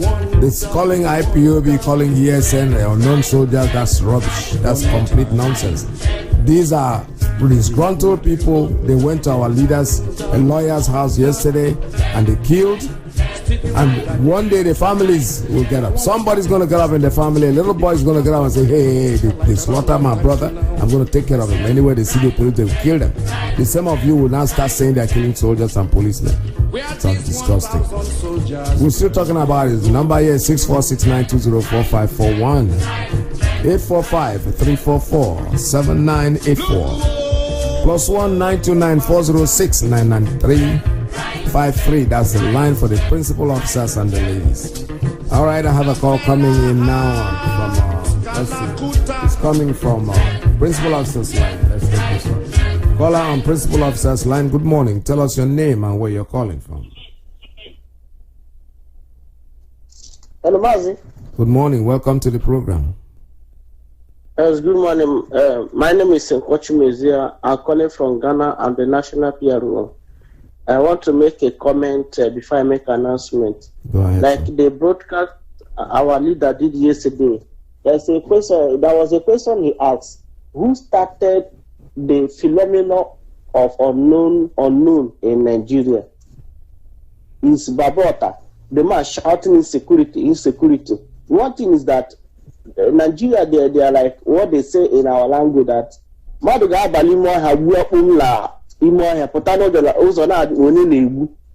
understand? They will enter inside bush and cut a tree, and they will come outside and be asking who cut the tree. Nigeria is Obasanjo that started the phenomenon of unknown. Yeah. So unknown government or unknown soldier we are hearing today is started by the president. Thank God that he's still alive, that he's not dead. It's Obasanjo that started the phenomenon of unknown. Then what we are saying is that man that was inside the car when Gulag was killed, that Ogoni man, we are urging the man, if he wants to save himself, let him come out openly and tell the world what happened. Because he is a first class hand witness. He witnessed what happened about the death of the Gulag. So if he wants to save himself, let him come out openly and tell the world what happened. If he wants to die, he should keep quiet, because if he keeps quiet, Nigeria will go and kill him. Oh, yes. But if he wants to save himself, let him come openly and say, see how the thing happened. See how, I believe the man might be an APC man. So let him come out and tell the world what happened. We want to appreciate all our front line fighters, the ESN, those defending our land, fighting that our mother will go to far. We want to appreciate them. They should continue the good work. We want to appreciate you, Mazi. We want to appreciate our leader, Mazi, Nnamdi, Kanu, and all the media representatives. May Chukwu Kadama bless all of you. So I want to make an announcement. Yeah, if you are in Ghana, you want to support ESN, because ESN need to be supported. What they are doing a very marvelous work. If you want to support ESN in Ghana, please, you can contact our national coordinator on this number I want to call now. You can call him on 024-166-3313. 024-166-3313. If you are in Ghana, you want to support ESN, because ESN, like I said before, needs to be supported. What they are using, all the material they are using, is all about money. So please contact the number. Once again, let me call it. Contact the number 024-166-3313. Contact Mazi Jilos Chukwukezrim. He is the national coordinator here in Ghana to support ESN. Also, this coming Sunday, IPOB, if you are listening here in Ghana, all the executive, we have our executive meeting. What we did yesterday was emergency because of one of our congregate that died here in Ghana. So we did the emergency yesterday. But Sunday, coming Sunday, is a proper executive meeting, national executive meeting. So if you are here in Ghana, you are listening to my voice right now, please bear it in mind that coming Sunday will be a national executive meeting. Please, I urge all of you to come out so that we will know what to do as we are doing it before to support ESL. We are trying our best, and which we will continue trying supporting ESL. So if you are here in Ghana, you are a principal officer, please, we expected that all of you will come on Sunday. Mazi, I want to appreciate you. May Ekeke bless you and continue preserving you as you continue this work. Thank you, Mazi. For your good job, and I bless our leader, every Biafrans, every principal officer that is working there seriously. We are almost there. We are almost there, Mazi. Mazi, unknown soldier created by Obasanjo, that criminal. Now he wants to claim an innocent. Obasanjo will never see good thing in his life. Believe you me. Mazi, one thing I want to let our people know now is very, very important. We are getting some information that our people that travel in the night, and those of you that always come from Lagos or Abuja or all part of this, when you are coming in the night, please, if it's late, don't come into Biafra land with motor or bus in the night. Mazi, they say that Fulani Janjaweed now are staying in the road. Yes. And when our people come down to the Biafra land in the night, they will take their stop them and say there is coffee. They will say there is coffee, and they will march our people, our young boys inside the bush and shot them. This is what is happening now, Mazi. This is what is happening in our land now. So whenever our brother, what they do now is whenever they stop the cars, and they will say there is coffee, and they will march our brothers inside the bush and shot them. So let our people be vigilant and know all these things that is happening, because these people, what they are doing now is to start killing our people slowly, one by one. That is what they're doing. And if it is possible, let our people begin to know how to strategize and start getting rid of this Janjaweed police and army in our land and DSS. They cannot win this war, and they cannot defeat us. Never. They haven't done it before, and they're not going to do it now. For those of you that is always traveling at night, watch how you move. Don't go in the night, or if you're coming in Biafra land in the night, and these soldiers will stop you, and they say there is coffin, you people should park, and then they will march you people in the bush and shot you. Mazi, this is what is happening now.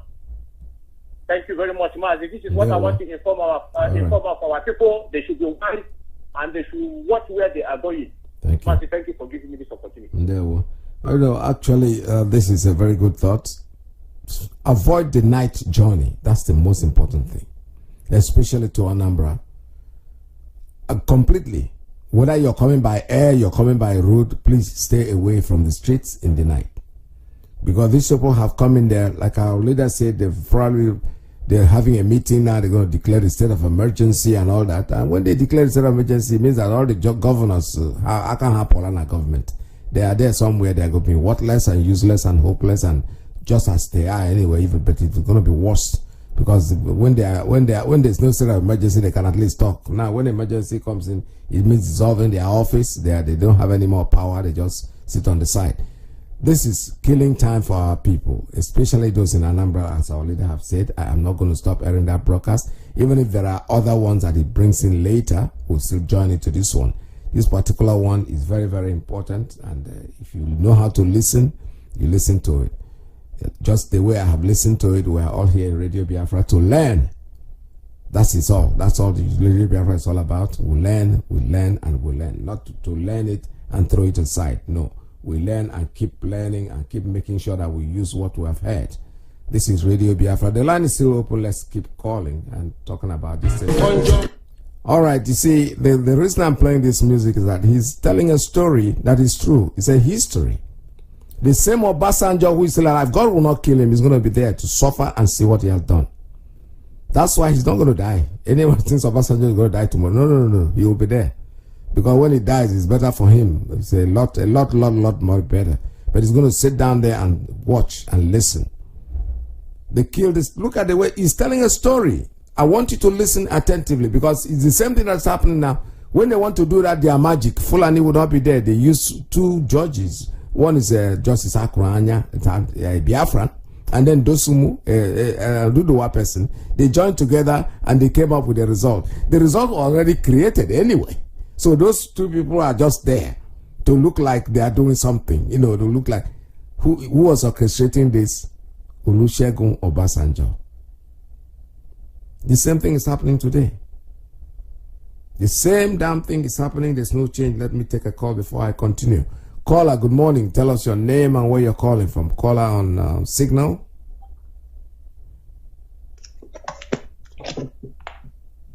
Caller on Signal. Hello? Are you there? Hi. Good morning. Welcome to the program. Shalom, sir. God bless you. Welcome to the program. Sir. I'm calling from my location. Sir. You are right. I support you. This our leader last broadcast is an eye opener.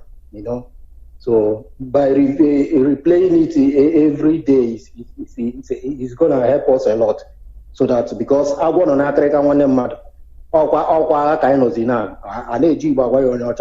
so our people need Rikengucha. They need to be very, very vigilant this time around. They need to be extremely careful and vigilant because so the war they have brought the war in our land. And their target is this, our youth, our young ladies, our young women, our young men. That is their target. They're not going to the bush not to look for ESN. No. They are not going to bush to look for ESN. That is certain. Is to target our young men, reduce our population. That is the target of these demons from the pit of hell. That is their main purpose. And they are going to deploy, they have batches of these suicide bombers. That one, I know that one started. That there's a time we reach when they will be sending suicide bombers to all the whole Eastern. I know. That one, of course, now is what they are capable of doing. They are terrorists in nature. That one is not exceptional. They will do that. But the time will come when they release them in large. But Elohim will destroy all of them. Yes. Secondly, this gulag of a teen murder. There's a way these people plan this thing.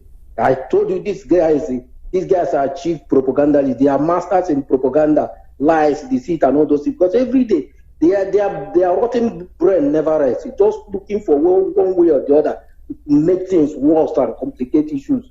They know that the Middle East are no longer part of them. And secondly, if you come to the West, the Yorubas have waken up and their eyes are opened.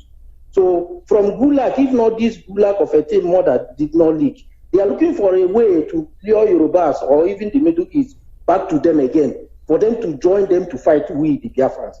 Even if not that this Gulag of a thing did not expose them, they even wanted to, their strategies also involved in bringing, let me say, a prominent Yoruba man in Biafra land and eliminating that person there. And also, Middle East, is it Middle East? Oh, sorry, not Middle East.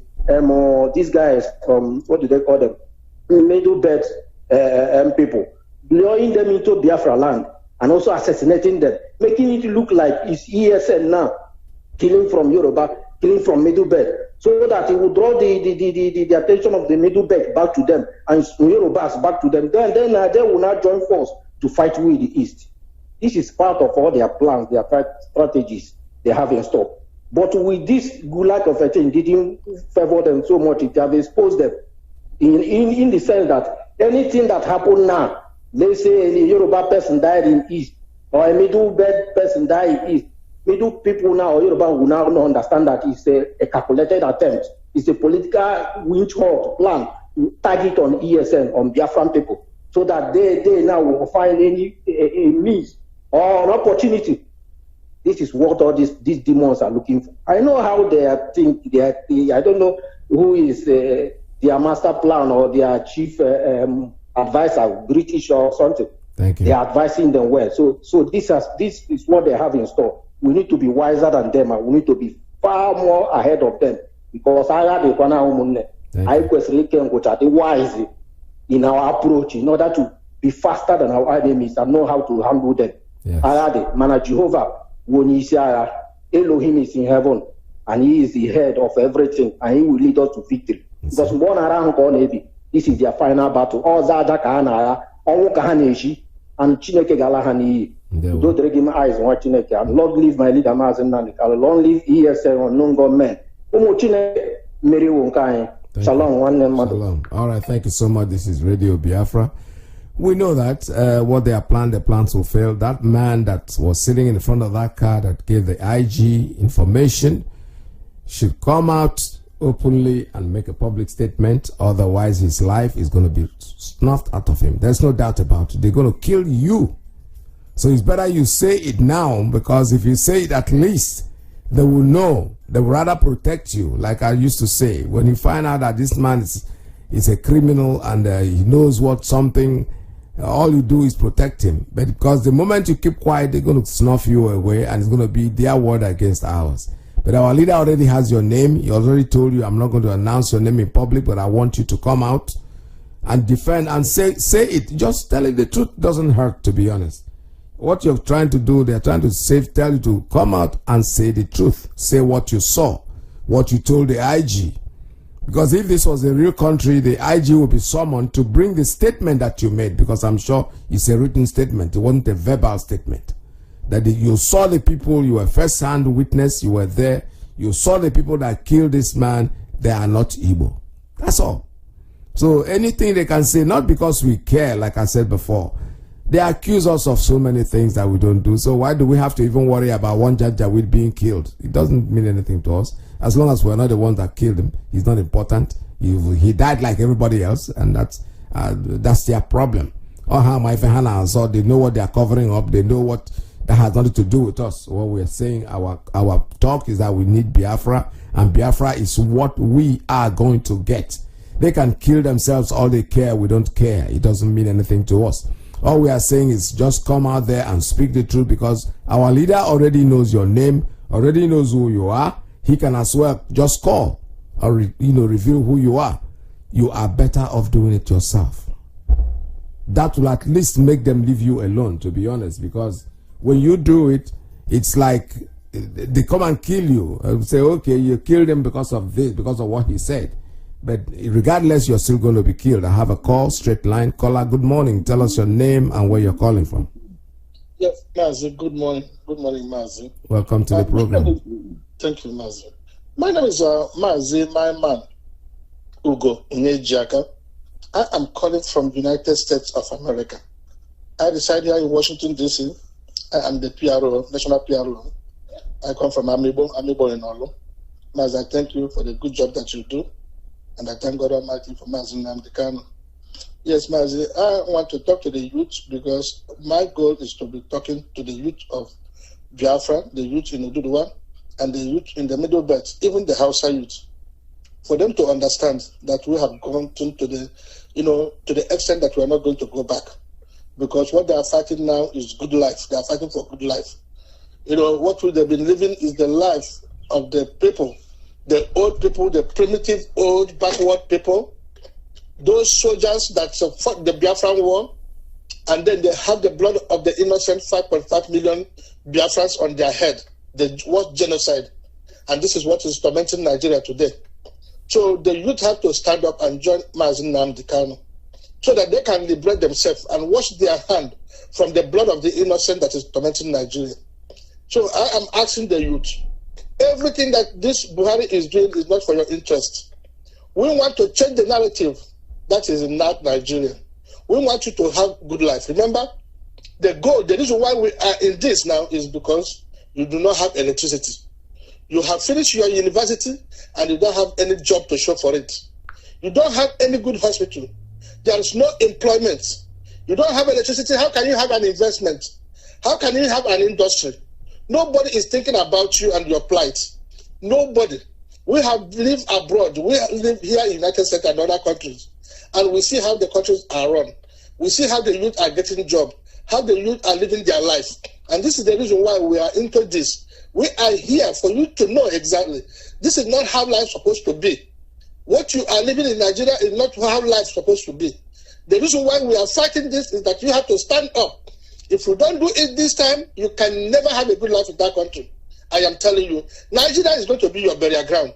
The only thing you have to do now that we have rekindled this candle and this light, and this fire is on, and we are putting the fire, you have to come. Don't stand on the fence. Don't let them fool you. These are the politicians. Look at now, Mazi have been playing this fella music. This is something that happened in around the 1979. 1979, 1980 and everything. That is when the same man, the same group of people who are ruling, Babangida, this man that is dead, that they call this thing, you said your president, Abacha, all of them, these are the people that fought the Biafran war.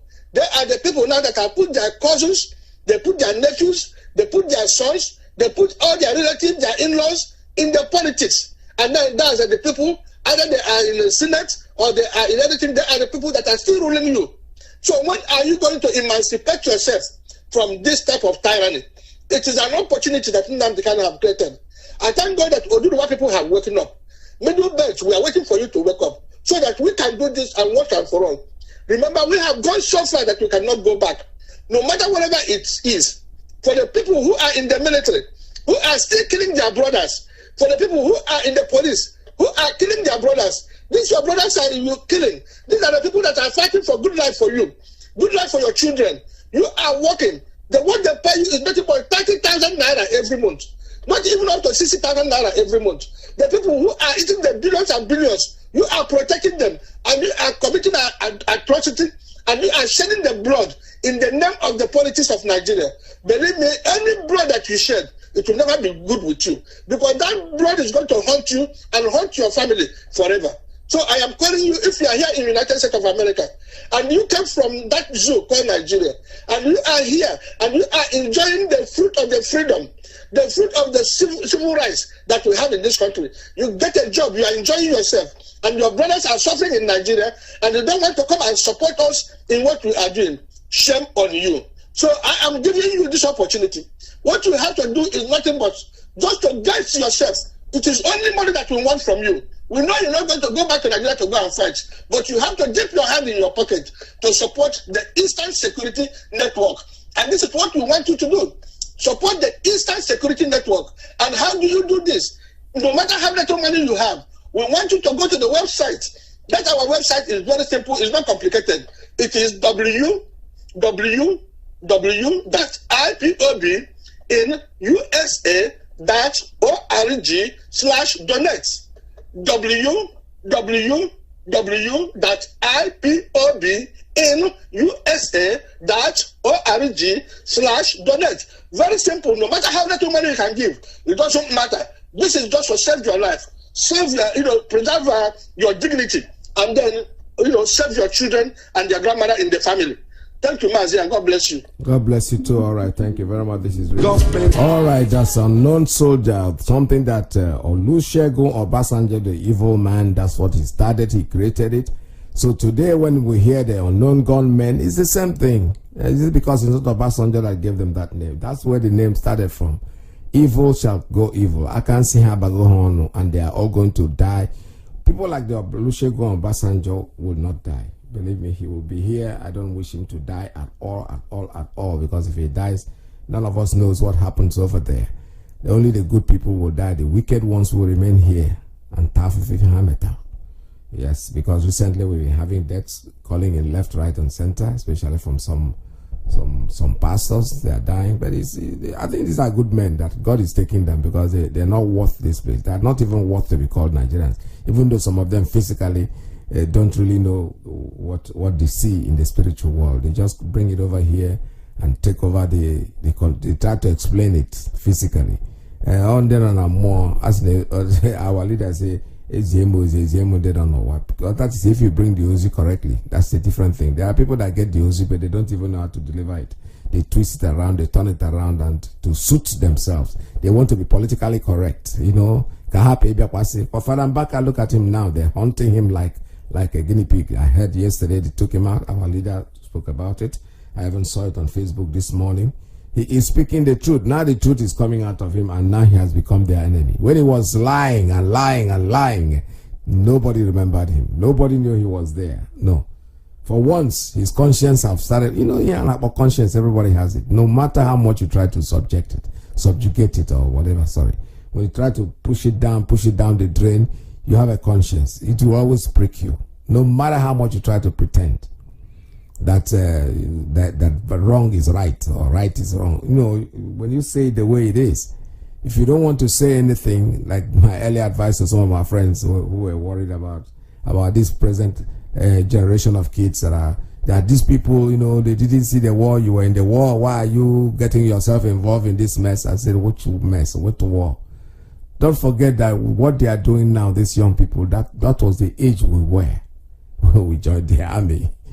Some of us were not even big enough to join the army. We had to sneak in through the back door as a young person. But maybe I didn't do it at the time, and they talk about it now. So I don't blame some of the old people who want to sit down and decide that they are not doing the right thing. No, they are. They are doing the right thing. Believe me sincerely. All of them go on. All the people that created the revolution at the time, Ifeanyi Zogwa and the rest of them, they were all young people. There was no old man there. Believe me, these were young people that had a lot of energy to go into activities like that. So when this new generation started this IPOB, and it was like most of us say, how can you, after all these years, radio, because you are following people that have nothing to do. Who told you that they have nothing to do? They are doing something. All these children, especially those of us in diaspora, the young people. How do you think IPOB have survived financially? What taxi drivers? They clean the street. Every month I touch one tonto. It might not be enough, but you know something? It is helpful. They are doing it from their heart. They are not doing it because you coerce them to do it. They feel that this is something that they want, and they want it so badly that they are worried to throw in the money into it. That is what we call giving. It is not when you want to give, you want people to, because you are giving, you stay there and want to take control. The funny thing is that those criticizing what we are doing are those who don't even contribute to the movement. So what is your problem? You're drinking Panadol for another man's headache. Like I said, I've asked one of my friends, I told him this story, and he actually used it. Because when somebody was saying, in fact, there was even a video that somebody sent to me. Somebody who is talking, he said they are, that their organization, this, that, the IPOB, the way they talk, the way my brother is part of it, IPOB Ndibo, I'm trying to protect Ndibo. They are donating money. I was expecting him to say his own money is there. No. Ego one day and ego Ndibo called the after. Bunch of idiots and stupid people. Honestly. Complete bunch of jackasses that have nothing to offer. IPOB is here to stay. They are advising us. Our leader is talking to us. On the last broadcast, he just gave us a warning, especially for those in Anambra. Take it take it to heart. Nnamdi Kanu does not talk or exaggerate. He doesn't talk things that are not going to happen. Take his past broadcasts, his past revolutions and things that he has been saying before. Has he actually lied in any of the occasions? If you go and listen to him closely, not Nasi nor say, Nnamdi Kanu say, this, that. No. There's a community radio, basically in all the platforms. If you're really interested in knowing the truth, go there and listen to what he's saying. Then you'll be in a better position to judge. But Nasi, yesterday, I'll say, no. If they are all recorded, you can go there and listen to it and feed yourself. Rather than going around and listening to stupid, concocted lies that doesn't make any sense. One of my friends, I told him, he said, how can he call himself a supreme leader? And I said to him, I'll bet you $1,000. Go down to all his recordings and tell me where he ever called himself a supreme leader. He never did. He said, I am the leader of the indigenous people of Biafra, the largest movement in the world. He never said, I'm the supreme leader. But take it that he said, we are the ones that call him our supreme leader. I have the right to call him just whatever I want. It's not your business. You might not take it. You might not, he came out of jail, he formed the BSS. People like that come and say, yeah, this is what he wants, for people to be lying down and bowing down for him. I'm not trying to castigate our Oduduwa brothers, but there was somebody I had this talk one-on-one with at that time. He said, how can this man allow people to be bowing down for him? I said, I'm surprised you, a Yoruba man, is saying this, because we, the Igbo people, we don't lie down to greet. But yourself, it's your tradition. You lie down flat on the ground to greet your Oba. Abi? So what is the difference? Let's see, I have a call coming in. Let me take this one. Caller, good morning. Caller on straight line. Tell us your name and where you're calling from. Mazi, Peter. Good morning. Welcome to the program. Thank you very much. My name is Mazi. I'm calling from Italy. There we. Yeah. Mazi, I just want to, say a little bit contribution. Because I want to tell our people that they should not be deceived by this that are shouting one Nigeria. All of them are bunch of idiots. You said you want peace. But people are still in IDP camp. Why not those people, before you start making peace, those people that is in IDP camp, why not take them back to their home, to the villages? They are shouting peace. One Nigeria. All of them are idiots. I'm telling you. Secondly, our leader just give, in fact, a simple, should I say simple offer. Let this idiot come and address the nation. He will collapse IPOB. And you are saying that IPOB is your problem. Come out and address the nation. Finish. Come out and address the nation. Finish. And you are there saying peace. One Nigeria. They are fighting for peace. They don't want peace. What they are doing is what they call takia. They present peace in your presence and doing what they are doing at the back. Trying to conquest. That is what they do. And we should not be deceived by their nonsense peace and the constitutional amendment. That constitutional amendment is just great IT. Mazi, the first broadcast of our leader after the election, after the chosen election, I want to make it clear that it will take them 2 years and Nigeria to realize that this idiot is dead. You understand, Mazi? Yes. So this is they're doing. In fact, it's almost getting there. Because now is 2 years. Before 6 months now, the whole Nigeria will know that this idiot is no longer living. You understand?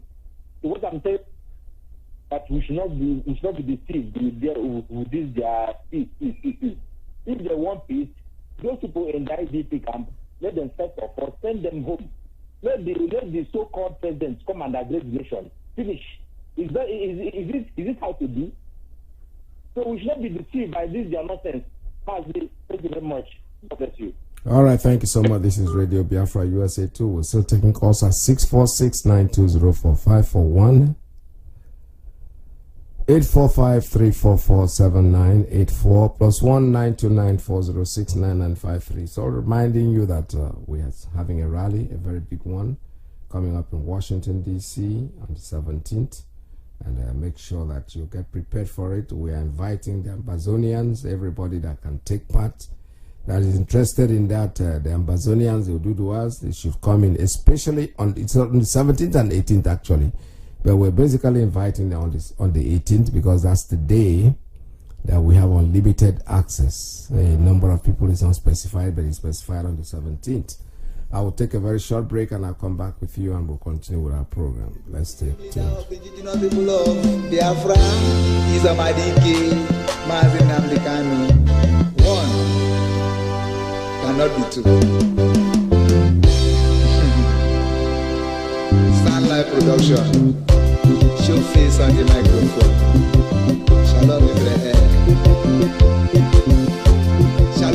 Chineke. We are getting there.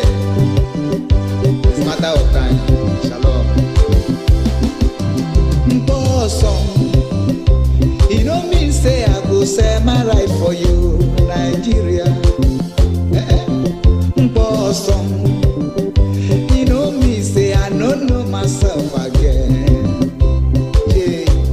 The love I have for Biafra has take over my heart. It's burning like fire. Biafra is my heart desire. I want her like Messiah. Nnamdi Kanu is Messiah. My love, oh. I'm ready to do anything for you, my love. I'm ready to do everything for you, my love. I will make you my canton. I will make you my cashier. Just be patient, my love. Oh, oh, oh. Be patient, my love. Oh. Be patient, my dear. Be patient, never relent. Oh. Just remain resolute, yo. Biafra, they come. I want to go full. I go package for you. Yeah. Go manage and be patient, my love. Oh. Biafra is the hope. Oh. Be patient, never relent. Oh. Biafra is the hope. Yo. Biafra, they come. I want to go full. I go package forever. Go manage again. Bosom. A lot of people could not pay their house rent again in Nigeria. Bosom. A lot of people could not feed their children again here in Nigeria. Bosom. A lot of people could not fuel their cars again and buy their car again. Bosom. A lot of people could not. All right, I have a call coming in. Let me take this one. Song, show face. What happened to you? This young man is in the crowd from Akwa Ibom. He's in Guacha. I've not heard from you in a while. Show face. I hope you're fine. I will still remember you here in Radio Biafra USA too. All right, caller. Good morning. Call on straight line, please. Tell us your name and where you're calling from. Mazi Peters, my name is Chijioke. I'm calling from Maryland. In fact, the music, mainly there's one you used to play, the one that says no more time, no more this thing from Akwa Ibom to all that. Man, those music are wonderful. They are so lovely. Ndi Bosi Ekwekwa Maba. The truth of the matter is that the man, Mazi Nnamdi Kanu, he has really doing his best, and actually, I don't know how to, but I just want to give a piece of information to Biafrans this morning. I don't have much to say. Please, anytime you hear any of the traditional rulers or political whatever and all these things are calling you for a negotiation or for a discussion, please don't. Please don't. I just got that information that some people are making that move, mainly in Imo State and I think Enugu. Please, if you hear anything like that, don't go. If you go, you're going to be a victim. They just want to throw our people out. Please, these guys are monsters. They are dangerous. That's the only thing I want to say this morning. Thank you, sir. Thank you very much. Thank you so much. That's a good one, and well advised taken. That is the same warning that our leader is giving, that we should be very, very cautious. We should be very, very careful, especially, he specifically stated about Anambra. Don't give up yourself. These are so-called leaders are not really leaders. When they start calling for meetings like that, please don't go. Don't. They want to talk to you. There's a way. Don't bring yourself out and go to their palaces and sit down with them and want to discuss anything because you don't know who they are working for. That is very, very correct. Play safe. Play safe as much as you can. Just play safe. Our leader have told you, and like I promised you, that broadcast is going to be continuous. It's going to be repeated often and often and often, so that you do not, because you know it's very easy for us to forget. We actually forget very, very quickly. We only remember it a few days and then throw it aside. When it happens, go now wow. You know, that is our slang. Now wow. Actually, because you did not listen, you did not pay attention. When you pay attention, you will know that right now things have not working out. They're having a meeting. Our leader told us in Enugu, they want to declare the state of emergency for, I don't really know why. We were peaceful, but because they discovered that there's no way, there's no room for them, and they played the game of going to transform their police and the army and the headsmen. The headsmen, they put them into the army. The terrorists, they ice swap, whatever they call them. Any policeman or army that you see in Biafra land is a terrorist, please. You have to know that. Mark it up somewhere. Don't take any chance with them. Don't walk about in the night, especially traveling at night. They've already told you what they do. They pull over the vehicle and bring out all the young people. They take them into the bush and they massacre all of them. Nobody is saying anything. People are dying. Not only in our home, even in Yoruba land. Our leader, you heard what he said. It was 99 in one of the states, 99 the other day, yesterday, and then the day before yesterday, 99, then yesterday was 50. Even before listen to our leader's broadcast, somebody from that region, from Duduwa, told me he was so disappointed that this is what is going on. I said, well, it will keep going on. It's not going to stop until the Yorubas, the Duduwas will get up and remove Fulanis from their land. If you don't remove them, my brother, they are going to keep coming. Those people you see that you call Nigerian soldiers, they are not soldiers. They are terrorists, for God's sake. How else are we going to say it? These are policemen in uniform. That uniform they are wearing, they are terrorists in uniform that camouflage. They are not your soldiers. They are not your policemen.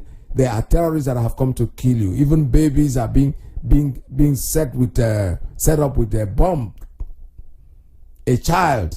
These people are so callous. They take a baby and wrap a baby up, a young 5, 6, 7-year-old, wrap him up with a bomb to go kill himself. That's how bad they are. That's how evil that these people are. So we don't have to sit down there. Our leader has told us. He has spoken to us. Like I said before, this same broadcast, I am going to repeat it tomorrow. I am going to repeat it the day after tomorrow, to make sure that it gets into our ear. The warning is there, very, very simple and clear. There is no other way our leader can put it. He made it in such a simple language for you to understand, for me to understand. All I need you to do is to listen, go back to it. We're going to play it again over and over, like I promised you. Every single day is going to be here for the next 7 days. I will do that. If it take me 7 days, I had said 3 days, but at least if it means continuing, I will. And if there are other new broadcasts are coming, I'm going to add it to that one. We want you to listen. We want you to use your brain. We want you to be alive. Like I said earlier, yesterday I ran into something on Facebook in reference to our lawyer. I don't know what happened to him, because the broadcast that our leader made said that somebody was killed in his family. But later on in the evening of that same yesterday, I saw something on Facebook which is very unverified, that he was shot or something like that, and his brother was taken away. So we want to know what the story is. I may not be here to take that story, but when the Radio Biafra USA one comes in, if you have the information, please pass it on to Alozie, because I listen to Radio Biafra too. I listen to that station, to every station, as much as I can, to be able to get the information that we need. We need information. That's what radio is for. The tweeting thing, don't stop tweeting. Keep on tweeting it and let us see, because they're already threatening you. They're going to arrest you. If you arrest you under what law? There's no law that says that you cannot tweet. The zoo, the Fulani, one thing with them is that they are so stupid and senseless that they don't even know anything. Let me take a call that is coming in, and probably the last call I'm going to take for today, from the principal officer's line. Good morning. Tell us your name and where you're calling from. Please make it as brief as you can. Yes, Mr. Peter, I'll make it brief. Can you hear me? Welcome to the program. The world is listening. Yeah, thank you, sir. Thank you for having Mazi Peters. Mazi, what you are talking about, what happened to our attorney, our barrister. Mazi, our barrister is okay, nothing happens to him.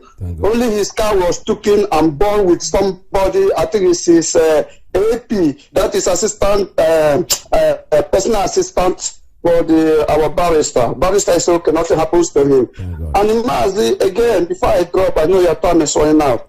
What I want to say here, Mazi, I spoke to somebody who really tell me, who really says the way we are going to make this to happen faster. Mazi, what happened? We have crossed the Rubicon. This is the time now to recall all our letters.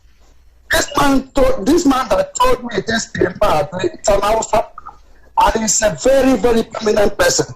He said, if we want this thing to happen today, tomorrow, we have to record all our papers, both House of Assembly and House of Representatives. We have to record them back home. I said, how can we record them? All of them living in Abuja. We can't record them, it's impossible. He said, it's very easy. I said, tell me what to do. He said that our leader should make it officially. Just he come on air and say, let our representative in federal state, let them no more going to represent us anymore. We have to withdraw them back home. If they refuses to come, we know what to do. And we have to make it hard. He said, if we make this thing, believe in me, we will get there for faster, as soon as faster. Why? Because if they leave the federal, we are no more having anything to do with the federal government. We are doing with the state. The state is a different thing with federal. So we have to record all these our representatives that represent us in the federal level. We have to record them back, and we have to do it as fast as possible, because the state, the alarm is booming. If someone is coming, it's what is coming, it will be the rampaging. So Mazi, we have to do this as fast as possible. Mazi, thank you for having me, and God bless you, sir. Thank you, sir. Thank you. All right. Thank you very much. This I think will bring me to the end of today's program. I don't want to take any more calls because we have to go. USA 1 is coming up on air. We're going to give it the chance to come in. But I'm very happy, extremely happy to hear that our lawyer is perfect. There's nothing wrong with him so far. And like I said before, I listened to it last night. I was driving, and it just flashed on my car that he's been shot or something like that. So I didn't want to take it seriously, and because I don't know who is writing that. It's probably a blogger who's looking for people to come to his page. But this is not time for this. These bloggers that they call themselves should have to realize that this is serious business we are doing right now. Anything you write, there are people out there whose life is in danger. When you don't want to say the truth, when you are not sure of an information, please don't bring it up. Don't bring it up, because you're not doing us any favor. You're not doing yourself a favor. All you gain is your selfishness. It's probably people are going to rush to the page and make you feel one choncho. It's okay to look for your living daily bread, but have to consider who is suffering based on what you have written. You have to be very sure of something before you write it up. Otherwise, stay away in the business, because you're not. That is not your line. Honestly, don't just do it. Somebody, I don't want to mention his name, tried to make me a blogger at the beginning. Taught me how to do the blogging and everything, but looking at it, I don't think I'm built to do that. So I just overlooked it. But I learned it anyway. Knowledge is not something that you throw away. Once you learn something, it stays with you. You might need it one day in your life. So many things that I did in my life that I didn't know I was going to be able to do. First, I never, ever dreamt I was going to become a musician. I was going to sing on stage, because that is not the new woman. The new woman is typically a motor car dealer. So I thought I was going to end up in the motor car dealer, but I did not end up there. I ended up, picking up the microphone. And today I'm broadcasting to you something I never dreamt in my life I was going to do. So nothing is ever wasted. You never know anything. Whatever they give you to learn, please learn it, because one day you might need it. That's the truth. All right, this is Radio Biafra. We're going off the air this time. I still have to remind you that tomorrow, the day after tomorrow, I am going to repeat our leaders' yesterday's broadcast, because that broadcast is very important to keep us on our toe. It's not like the one that he said before, that some have come and passed through.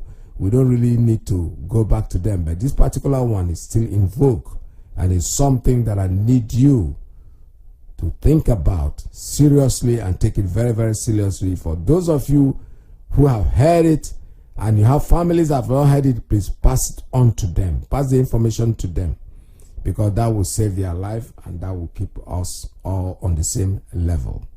This is Radio Biafra USA 2. We are going off air this time, but let me remind you that people can die for their religion. It's not unusual. People can die for what they believe. It didn't start with us. Biafra is our religion. Biafra, that's our religion, and we are willing to die for our religion. There's nothing they can do to stop us. And you know something? Radio Biafra here is where we worship. The so-called insecurities. We know the source of the insecurities. We know the breeders, those responsible. And every day they shout insecurity.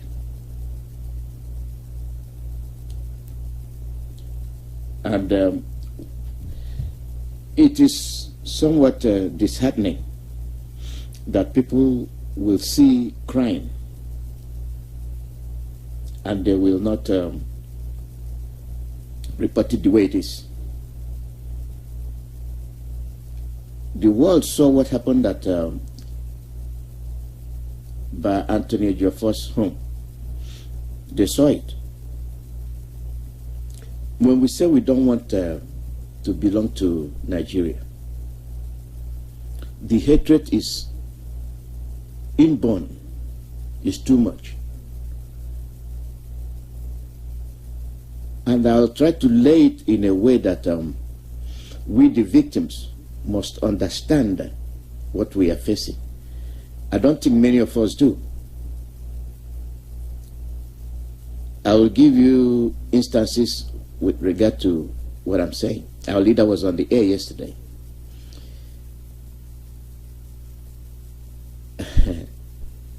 It was a dandy. And I love that broadcast.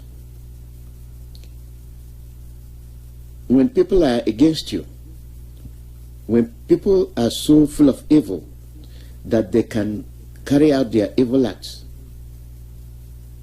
without minding, they become undoing to themselves.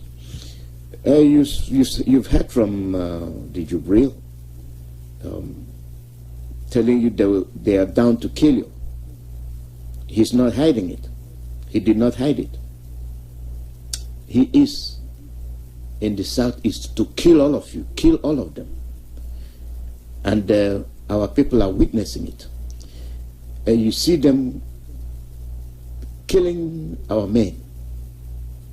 These are the people that will confront them. So they are doing something they think will cripple us. 70 million plus, you still have a long way to go.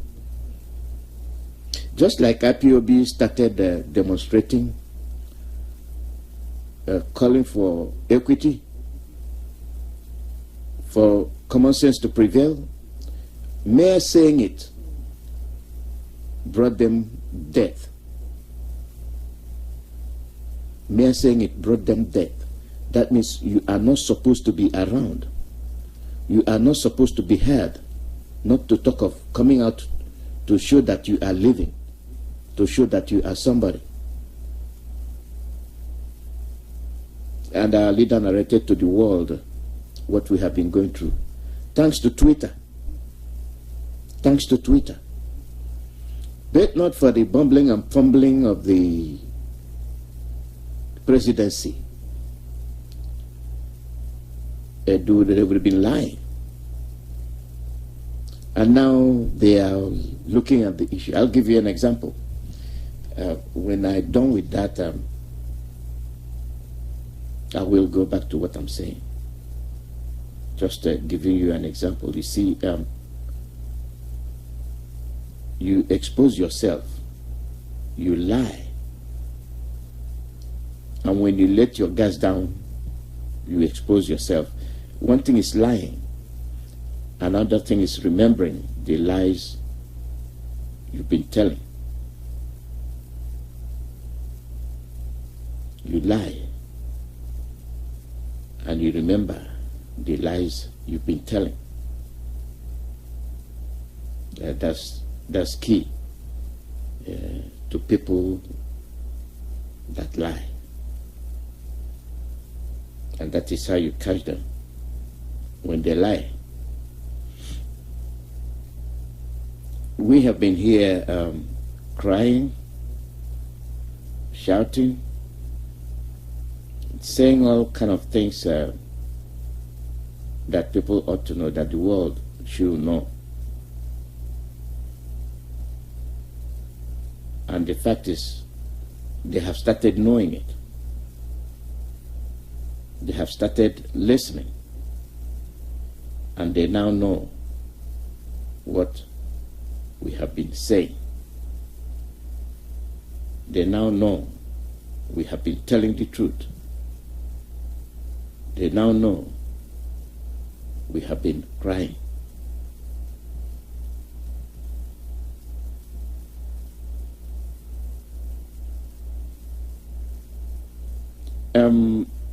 Our leader spoke yesterday, and this is what he said.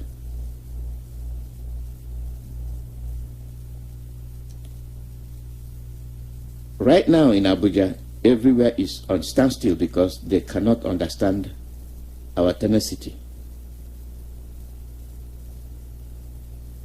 They do everything, they kill us to dehumanize us, but we are standing still.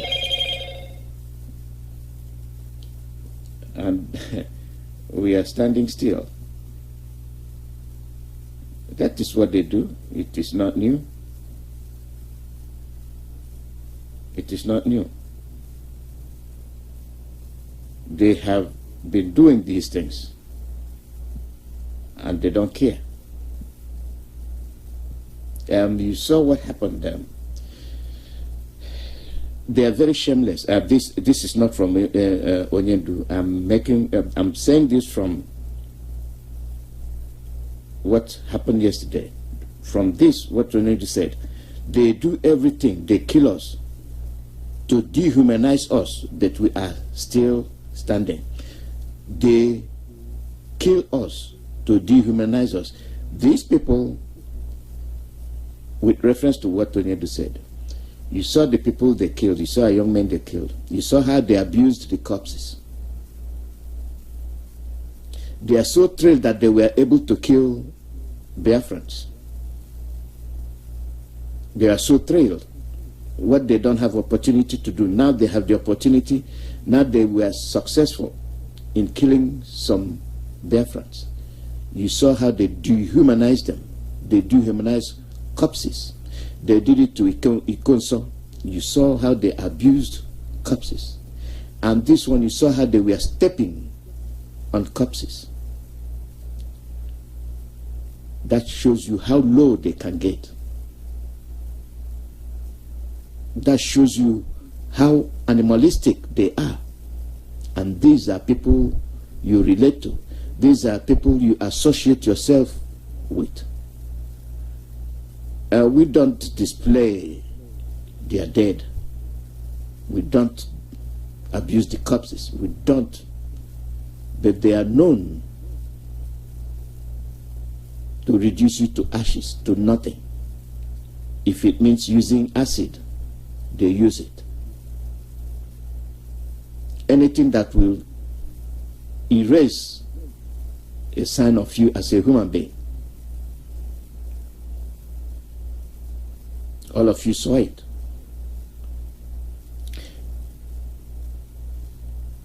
First of all, before we proceed, you must understand that we are in prayers. And then from the Twitter, the whole world is listening today, waiting to hear what we will say.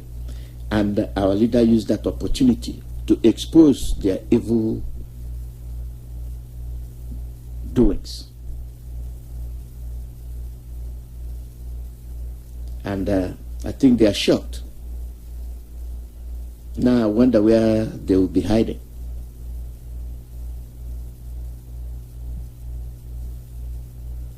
And then he goes further. I want to thank Twitter for standing up against the Fulani Janjaweed. And he made a reference to Facebook that capitulated because of the money. And you know that Twitter didn't choose Nigeria, they went to Ghana. And once they went to Ghana, Lai Mohammed was angry. Why not choose Nigeria? Just because you see, you overestimate who you are. You overrank yourself. It is the world that ranks you, not you ranking yourself, because they know exactly who you are.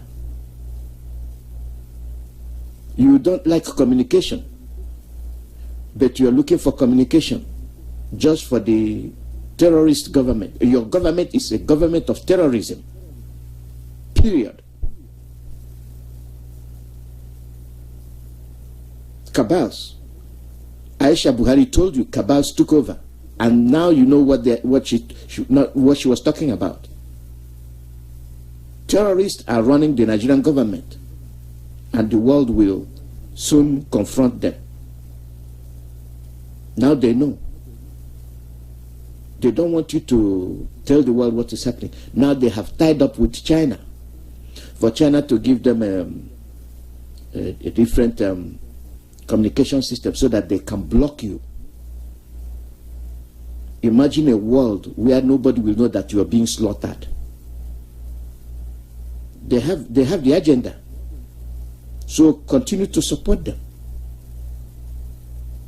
Continue. It will get to your turn. When they are killing you, nobody will even know they killed you. And you're done.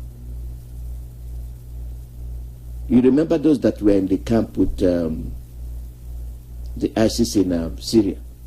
You saw that how they were blacked out until help came. Until they were released. That is what they are doing to you. They black out every communication system so that the world will not see their atrocities. You are saying you have a government. Federal government of Nigeria is a terrorist government. Terrorist government. Federal government of Nigeria is a terrorist government run by terrorists. Let them prove they are not. The US have told you, mention them, and they are there.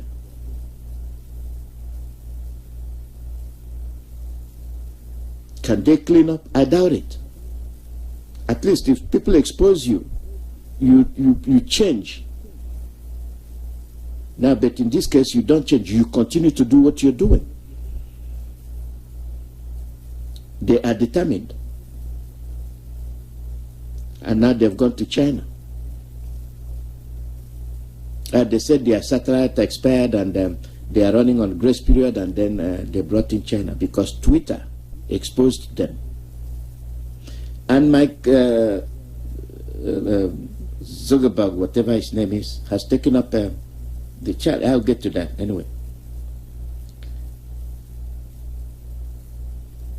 The Attorney General in Nigeria ordering the conviction of people for using Twitter is laughable.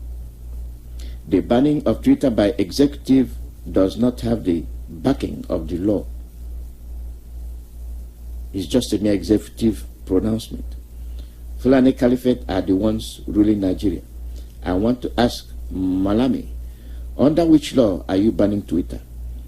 Are you now saying that executive pronouncement is a law? I want to ask the people, Nigeria has three ways making laws. One is through the House of Assembly, the other is through judicial pronouncement. Remember, most of the executive decisions taken by Donald Trump on how they were all descended. You cannot just wake up in the morning and say you are banning Twitter. There is no law in the zoo banning the use of Twitter. The duty of the court is to interpret the law. He is educating you. Those who say they are practicing democracy, you know they are not practicing democracy. You know you know who they are. They use the word democracy, but they're not practicing it. And that is the same to your journalists, the same to the news media in the zoo. I will get to that as we go on.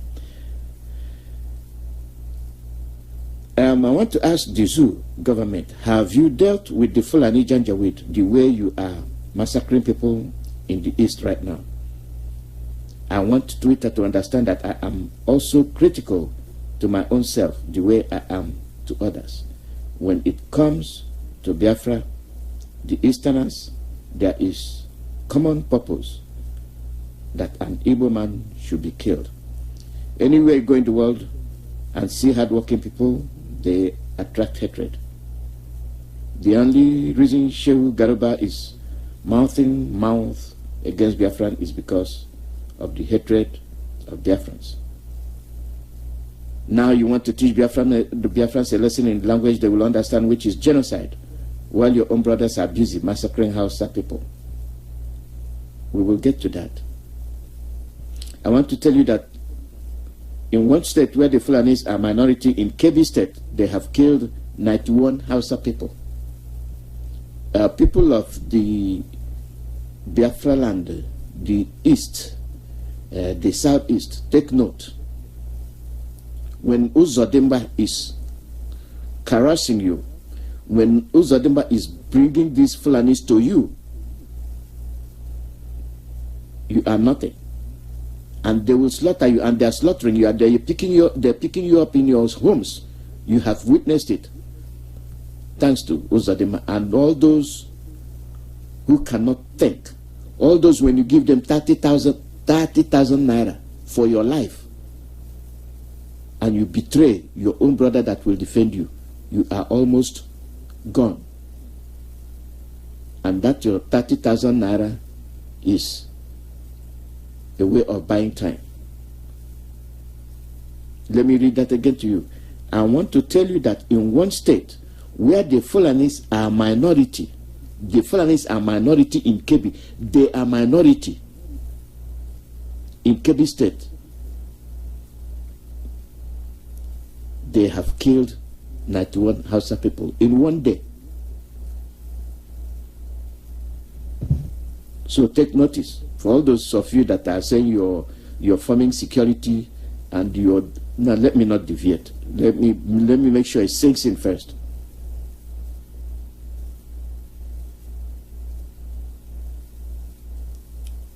They call them bandits.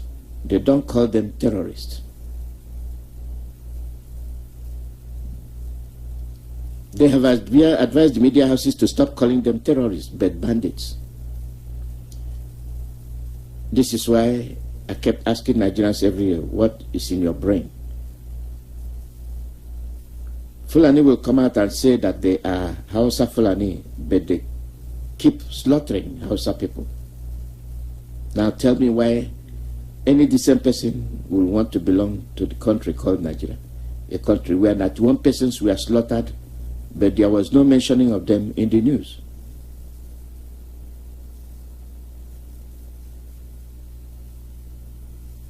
A country where 91 people were slaughtered, the only thing that matters to them is the Southeast and Biafran people.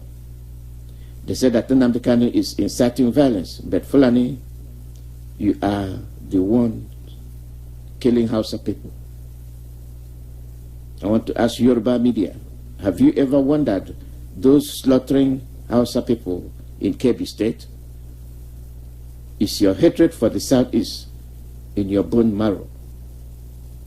Do you see why I agitate for Biafra? I want the whole world to understand the level of hatred. Fulani Islamic Caliphate in Katsina are kidnapping underage Christian girls in the north and forcing them to denounce Christianity and join Islam. It was only in Biafra land that mighty Allah confessed that they no longer have presence. Who made it possible? ESN and IPOB. Because we defeated their foot soldiers. That is why you are seeing so many soldiers in the East. They want to put the blame of insecurity on IPOB. Then that is laughable as far as I'm concerned. Hopu Zadima opened his mouth and said that he invited Fulani to Olo. Hope Uzodimma gave land to Fulani for Ruga. We said no and drove them away. Hope Uzodimma invited Army to Imo to come and slaughter Biafrans. And then he goes. And this is core to our broadcast today. This is our leader. I have a very important announcement to make this evening, and it's for our young men. This night, they brought a full plane load of more terrorists in our land. If you are in Anambra State and you are a young man or woman, I'm warning you to leave Anambra or either go to the bush in the next 48 hours. A heavy rain will fall. And on the note, we have come to the end of this broadcast. And to Garba Shehu, you may call us secessionists as much as you like. But for us, Biafra is our religion. And here on Radio Biafra is where we worship. From me, from here, is good evening. I was from our leader. To those that he touched up, those topics he made reference to, is what they're listening to.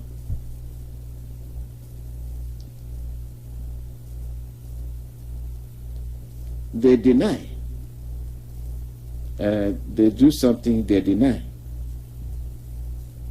And they continue to deny. You wonder why they deny. You wonder why every time something happens, they are denying. They know they have beaten more than they can chew.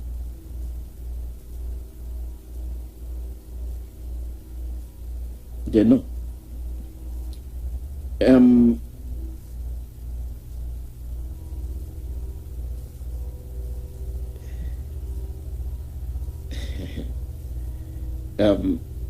We cannot deny ourselves. Okay? We cannot degrade ourselves. Let me give you a clue. All of you saw what happened at Barrister Joffor's house. How his home was invaded.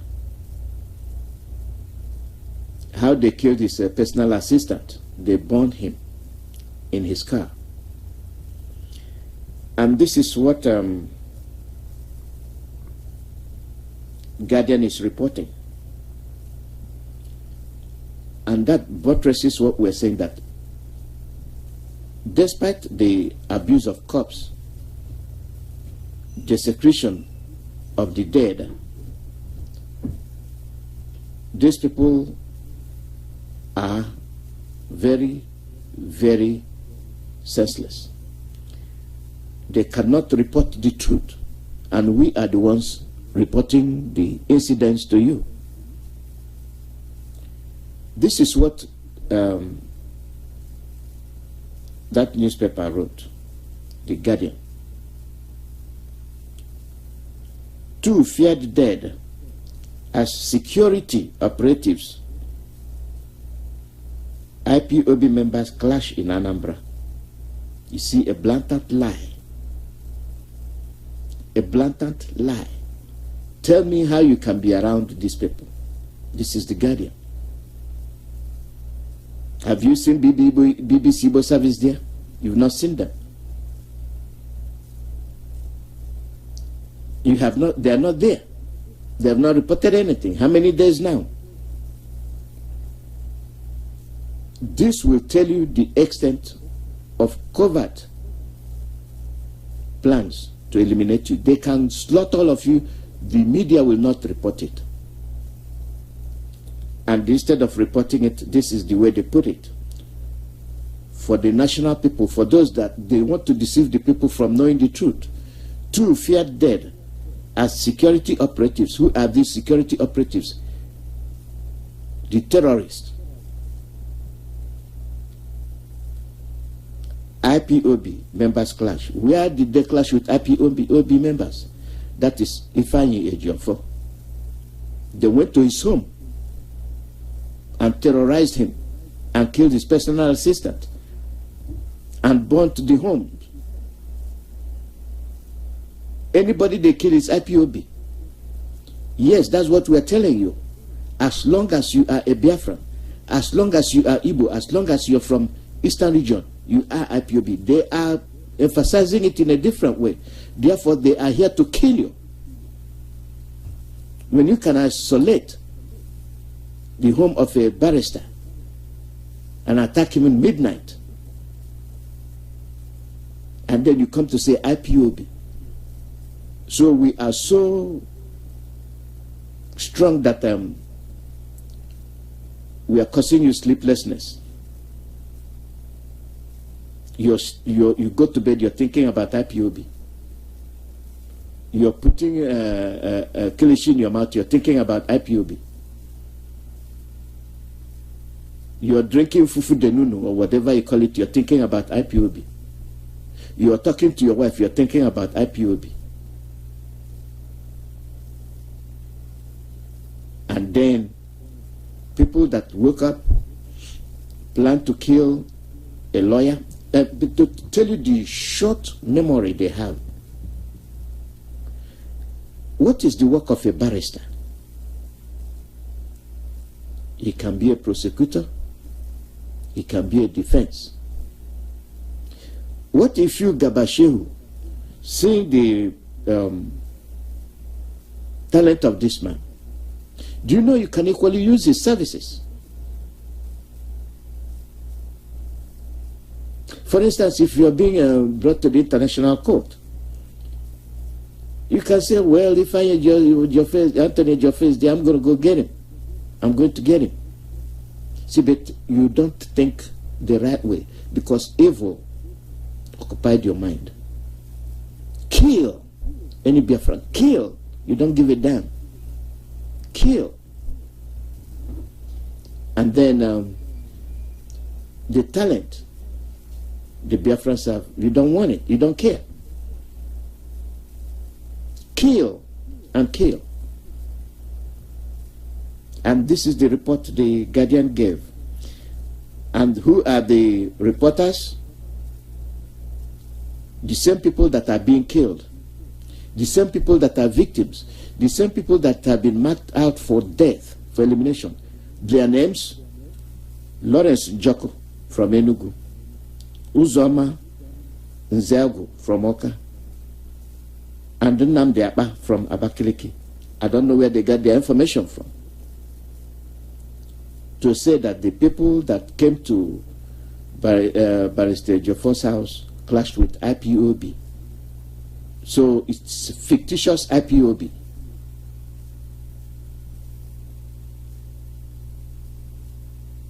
Insecurity being created to the market southeast, says Okorie. And let me read it. Security operatives and members of the indigenous people of Biafra yesterday clashed in Orifte community, Ekusigo local government area, with 2 persons dead. It was gathered that trouble started when some security operatives stormed the residence of the lawyer, Ifeanyi Ejiofor, for 2 a.m. A source who spoke on condition of anonymity claimed that the bloody attack, which started 2 a.m., ended at 5 a.m. He said some men suspected to be unknown gunmen allegedly attacked a Hilux vehicle conveying unknown number of soldiers. The soldiers were transferred to another vehicle, after which the Hilux was set ablaze. The IPOB spokesman, Mr. Emma Powerful, has condemned the reported attack on the residence of Ejiofor. He said Ejiofor's house has been invaded by Fulani jihadist soldiers now, and they want to eliminate him. Now, tell me why these hopeless Biafrans will make this report. What's their source? We are sick, people. We are very sick. Likewise, every Biafran that has an opportunity to occupy a position where Biafran faith can be exposed, they go against it. And we'll do all we can. And you are the one to suffer it. Meanwhile, the Anambra State Police Public Relations Officer Tochukwu Ikenga, who contacted on phone, said he had not got details of what happened in Orifite. He, however, corrected the impression that security operatives were responsible for the attack, saying security operatives protect life and property. Who burned the house of Ejiofor? Who burned the car of Ejiofor's personal assistant? Brand new car. Who kidnapped Anthony Ejiofor's senior brother? You see, they lie in broad daylight. Even the Nigerian Bar Association have condemned the atrocities. But you see them lying.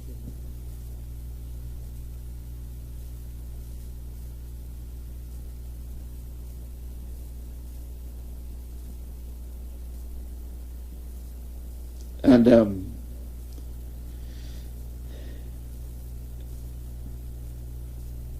you can't be asking for fair treatment when you yourself cannot treat yourself correctly.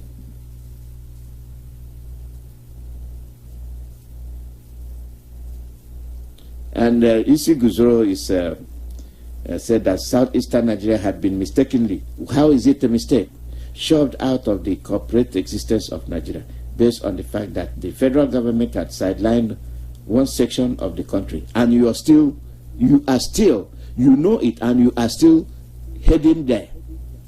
That is complete foolishness, idiosyncrasy. I don't know what to call it. I don't know what to call it. And it's something that I can say very, very regrettable.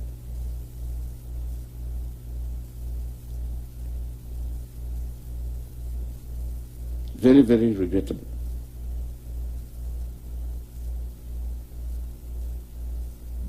We watch,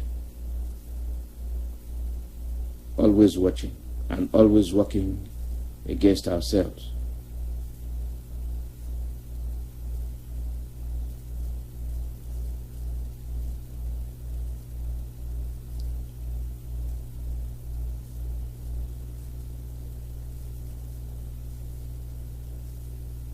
They will ban all the TVs, ban everything, and you will not be heard from. The news said that the combined team of Nigerian forces are shooting sporadically at Barrister Ifeanyi Ojofor's residence. Scores are being shot dead while Barrister Ojofor and his family are trapped in the building, crying for rescue. Going against a legal representative is a way out of the way, and it indicates Nigeria is crashing. And then you have all three reporters, Biafrans, they use. You see it. Biafrans, they use.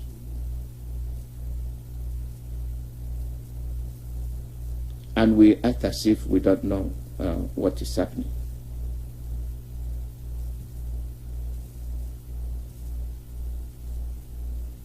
This is why we pray. This is why we say that Chukwu Okike Abiyama will give a ESN the power, guide them, and we will be free. We will be free.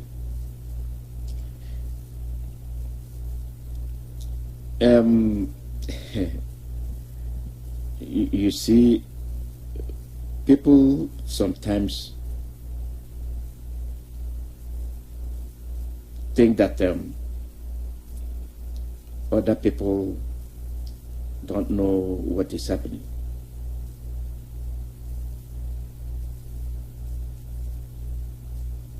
They do things their own way. They do things thinking that Whatever they do, you cannot counter them.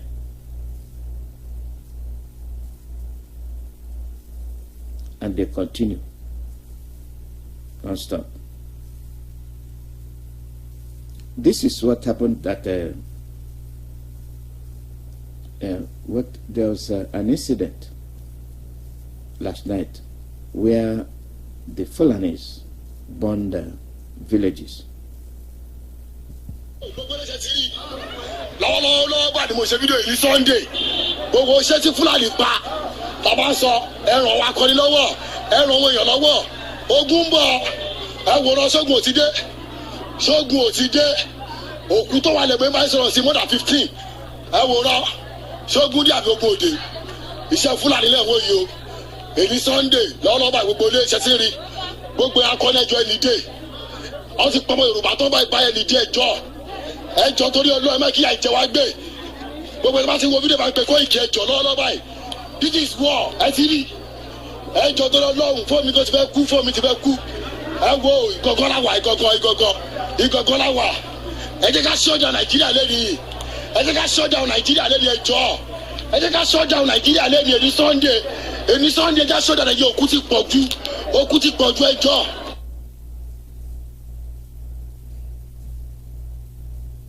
Soldier Nigerian soldier. Who are they? They are Fulanis. They are the Janjaweeds. They are the Boko Haram inducted into the Nigerian army. Here they are. They are the ones that they just ferried down from Chad, from Mali, from the Sahel region. They are in your villages. And you see how atrocious they are.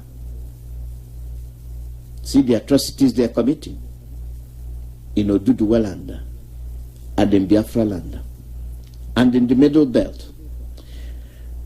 Are the Yorubas the one attacking them? Are the people of Middle Belt the ones attacking them? Are the ones from Biafra land the ones attacking them? No, they are the ones attacking. They have declared war on you. And they are using federal arm to say it is the federal government.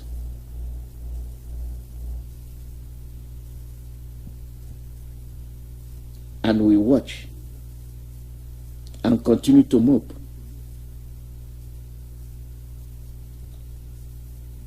The Amatukun, the 6 Oduduwa governors came out strongly and condemned the attack. Yes, they came out and strongly condemned the atrocities. Tell me the people from Southeast that have done that. None. Nobody.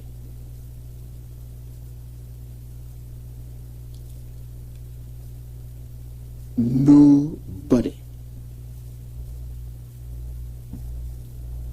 Why should there be somebody when even the victims themselves can't put their head together? They can't put their head together.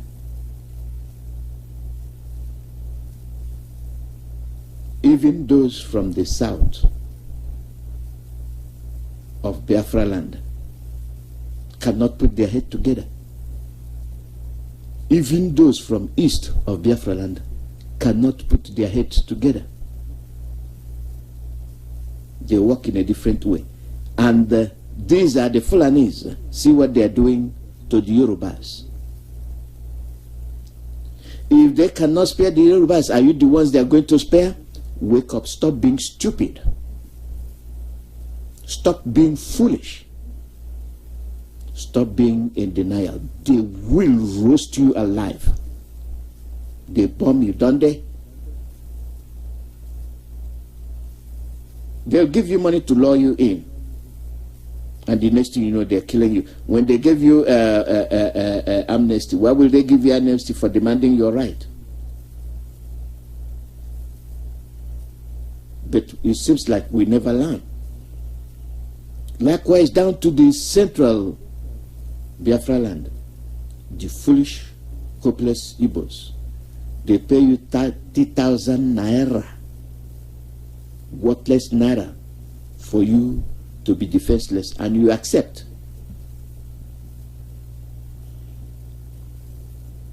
Let me make reference to what happened in Abia today. What happened in Abia today is something that will raise questions. They said that vigilantes were fighting with timber market people, and that taxes and no tax and what, and then the security vigilantes started shooting. Who are you shooting at? Why will you shoot?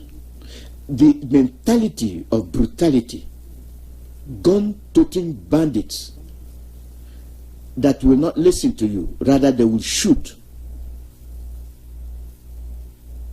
The Fulanis are coming. I'll see where you all will be shooting from.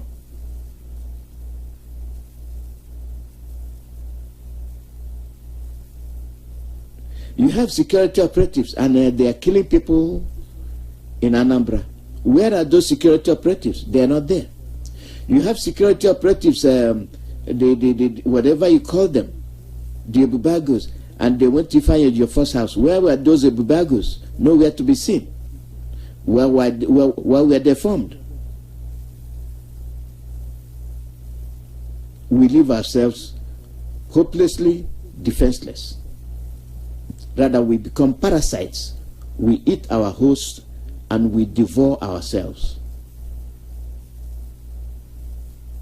We are parasitic in nature. We devour whoever that is harboring us. We destroy whoever that wants to save us. And at the end, we devour ourselves. And that is what is happening. Report has it that they fired and then bullets hit some people, and then they burned the building of the vigilante, whatever you call them. What are they doing there? Lack of communication, out of touch with people. You see the strategy there? For them to be on the ground, for them to know who is who, they located their office squarely in the midst of timber market, so that when you say one, they get that information as who is saying what, and they pass the information to the Fulanis. Do you see why they have that their office there, vigilante?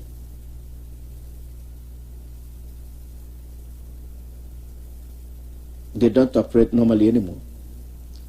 And now they have their agents in your homes, your brothers, your fathers, your in-laws, and they gather information. But my question is this: why are you not questioning yourself? Why are these things happening? Where will that leave me? Where will that leave my family? What will be the future of my family? Why don't you ask those questions?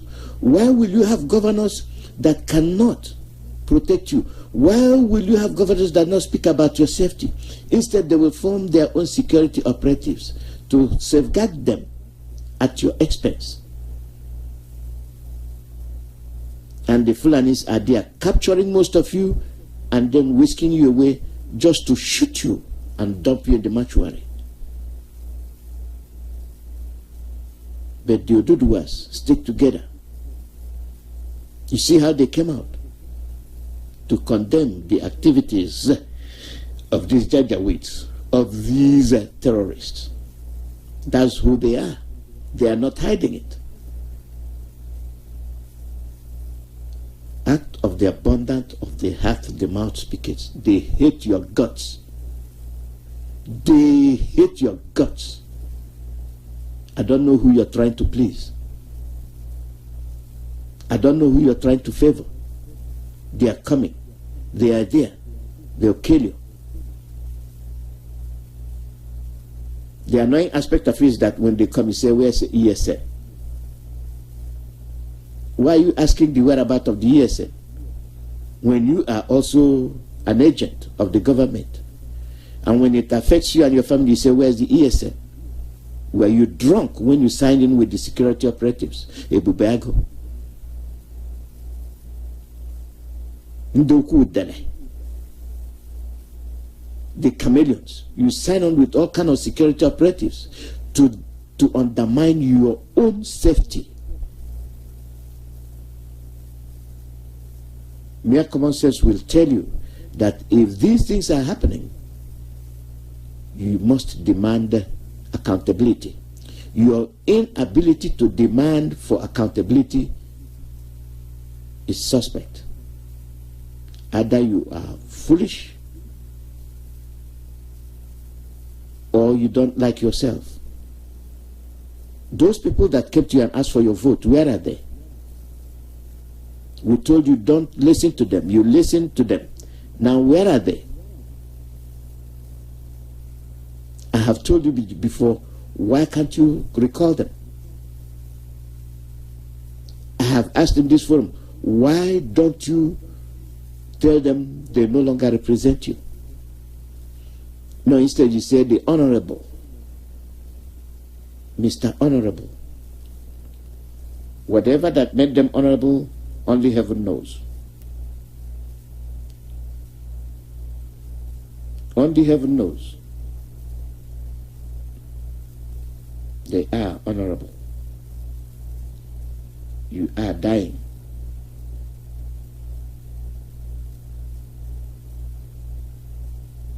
They told you they killed Shako. And everybody was, why? What is our business whether Shako is dead or not? But he's not dead.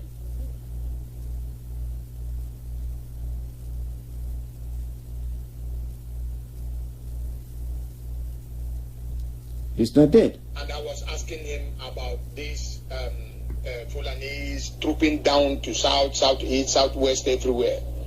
And he was laughing. He said, listen, he's an Hausa guy. He said, listen, he will not deceive me that Nigeria is gone. Nigeria is gone. They're just waiting for the first person just to get the shot out first, and everything will be blown off. This is a security warning. Please, please help me to spread this message everywhere. This message is for Southeast, Southwest, South people. If they want to take it, they take it. If they don't want, they can leave it. I am not in Nigeria, but I am praying that our people will wake up. Please, please, the Igbos are being surrounded. The Southeast, Southwest, they are being surrounded by Fulanese. By Fulanese. This is what this guy practically told me. All these people that they are deporting down south, southeast, southwest, they are not Almajiris. These are mercenaries. These are Fulani mercenaries. They are not Almajiris. And the people that are stopping them on the border, please try and search those bags they are carrying. Most of them, they contain ammunitions. Even though they are not all ammunition, but some of them, this is what the guy said. All those cows and beans and what they are bringing is not what they are coming in for. They are using it for covering up. He told me, imagine that these people, they are all going to live in the bush. So when the strike came up, where are you running to? You are running into the bush. Which people are in the bush is the Fulanese. So we are done. We are done. Our southeast, southwest, south governors and the politicians, they are so blinded with money that they are not seeing what is happening. The governor of Imo State, Uzodimma, This man is a threat to Igbo land. This man is a danger to Eastern State. He has killed, he has sold Imo State within these few months he came in. He has paid Fulanis 8 million naira for their cow that was killed or missing. How much did he pay to the indigents that lost their crops and everything? Nothing. He has gone ahead now to bribe the Imo State judges with SUVs so that nobody takes him to court. Because as soon as you try it, these are the people that will strike up the court case. This man have sold Imo State into the hands of the Fulanis. This is his agreement with Abakiyari. That was why he was made the governor of Imo State. This is a first-class information. Imo State is being sold into the hands of the Fulanis. Please don't mind and don't listen to Uwazurike attacking Wike. Uwazurike himself knows what is happening. Igbos are being rounded up by Fulanis. All the bushes in southeast, south are full of Fulanis. They are waiting for the time to come. Boko Haram have threatened that they will attack southeast, south after the COVID-19. And this is their preparation. This is their preparation. Just imagine the trailers coming. When those people came down, look at them. They are not Almajiris. They are trained soldiers of the Boko Haram. They are trained Fulani soldiers. They have surrounded the southeast very much that we have no place to go. Watch your bushes. Southeastern people, southwest, watch your bushes. Watch your bushes. That's where they are hiding. That's where they are living. If the strike, come on, where are you running to? You are running into the bush to take cover. Which people are in the bush? They are the Fulanis. You are dead. Imo State governor have sold Imo State to the hand of the Fulanis. Please, my people, share this message so that it will get up to the office of the decision makers in southeast, southwest. Please. Yes, my brother, they are dreaming. They are not listening. They will not listen. They will tell you they are south. They will tell you they are delta. They will tell you they are Akwa Ibom. They will tell you they are Cross River. They will tell you they are Anambra. They will tell you they are Abia. All of you are going to die, whether you like it or not. Your representatives have sold you. They have sold you. And to clamp down on you, they form security operatives that will deter you from mounting any counter measures. That is why they form these security operatives. I asked you a question. Did any of these governors come to condemn the atrocities in Imo? No. Have they come out to condemn the arbitrary arrest, random kidnappings of our young men? No. Have they come out to condemn the indiscriminate shootings, killings, and dumping of corpses in the morgues? No. Have they come out to condemn the abuse of corpses? No. They keep quiet. Why are they so quiet? But when they want to talk, they'll tell you they are forming security operatives. And what are the use of these security operatives? To stop you from stopping your enemies. And then why will you, the victim, also fall prey to their ploy? That is why I am confused. Are you people so stupid that you cannot be able to differentiate your enemy from your friend? Are you so stupid that you cannot understand the benefit of your brother, the usefulness of your brother? Are you so stupid that you cannot understand that your land is being taken away from you, and somebody will give you 30,000 naira to work against your existence, and you will accept. And this is why I called you parasites. You don't have brain. The Igbos are gone. Most of the Igbos we know now are not quality Igbos. And I know their age range. These young ones are following the footsteps of their predecessors.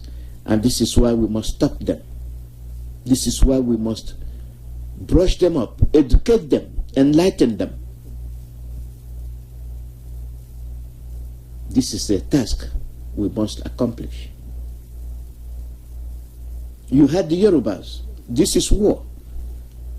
If the Yorubas can recognize that war is at the corner, why can't the Biafrans, who are the primary targets, why can't you? You act as if nothing is happening. And most of you will be inside there, look at them or see how they, and then you see people walk by. This cannot happen in Yoruba land. People walk by like sheep. You watch your brother being brutalized by one single man, even if they are three. Attack them back. If somebody will die, let them die. No, you let them overpower you one by one, every day, one by one, and your population will be declining.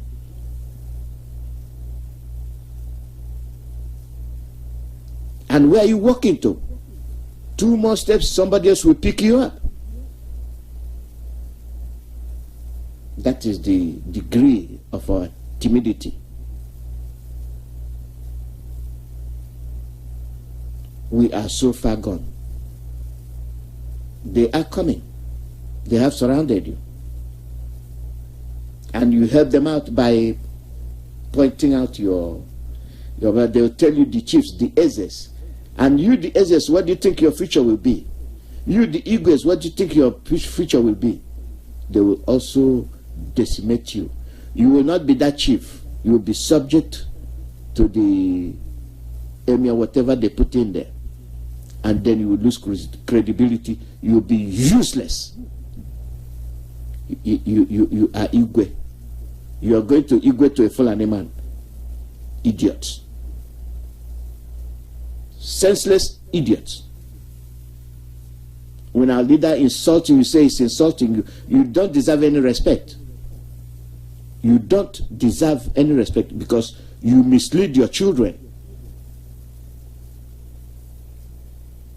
You sell out your youths. You make them vulnerable to the Fulanis. And you want respect. You are stealing somebody's money, you want respect. You are killing people's children, you want respect. You call them honorables. I think this is the epic of our existence.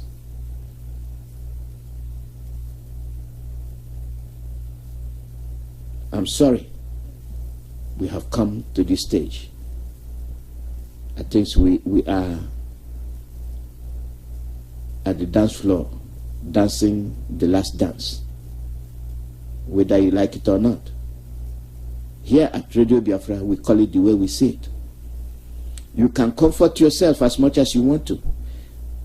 His Excellency Mazi Nnamdi Kanu has given you everything you need. You remember, Mazi Nnamdi Kanu give us order. Mazi Nnamdi Kanu give us order. Mazi Nnamdi, when I go, he has given you the order. Where then are those people shouting, Mazi Nnamdi Kanu give us order?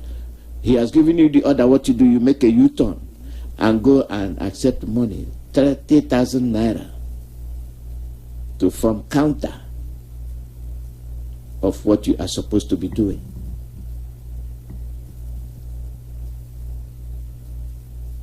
Your action that amounts to betrayal. As prophetic as he can be, he wants only few hundred men. He will get the job done. Whether you are there or not, it doesn't matter. You don't count. We have to support our ESN. You go to www.ipobusa.org/donate. www.ipobusa.org/donate. we're making appearance in Washington D.C. All Biafrans, all the Oduduwas, Middle Belt, show up.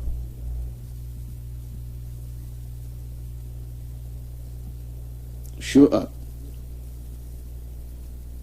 Your presence is required.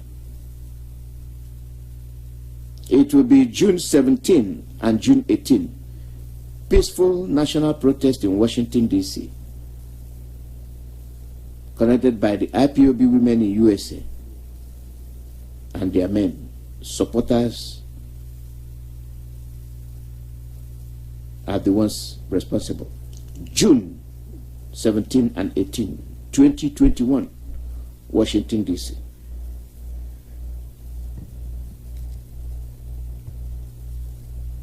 Icon Socam Foundation is still on. Don't forget it. I'll open the phone line for those that want to pitch in. I think I might want to change the format where we can discuss these issues singly. If we take up the issue of Ebubago, I'd like people to come in as a forum and actually discuss what the Ebubago is and the security operatives, what their usefulness are. Are they supposed to be there in the first place? If if the Oduduwas can come out and condemn the activities of the Fulanis, your governors are not. Rather, they would like to blame you, IPOB. You see the difference? People helping you to die. People helping you to erase your future generation. And you tell me that they are human beings. I very much doubt it. Why are these Biafran governors doing what they're doing? Why?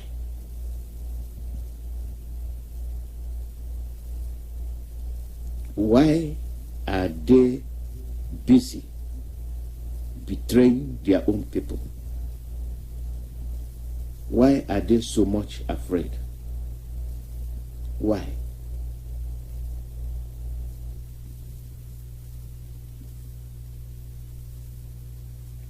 Why are they so much afraid? I want to know. You cannot come out and defend your people. Rather, you sell them out. You make them vulnerable. And you tell me you're playing politics. And most of you follow them.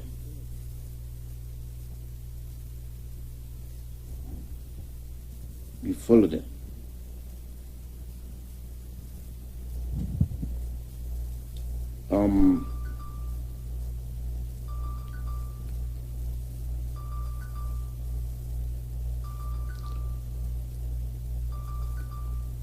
Call out your name and where you're calling from.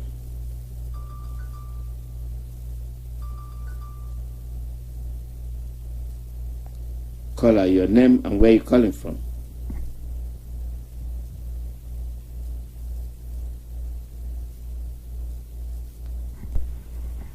That is not coming in. Hello, Mazi, can you hear me? Yeah, go ahead. Yes, Mazi, thank you very much. It's your brother with calling from my location. Mazi, I thank you for your good job. Biafrans all the whole world, we appreciate you. We appreciate our leader and all the principal officers that is working assiduously to restore Biafra.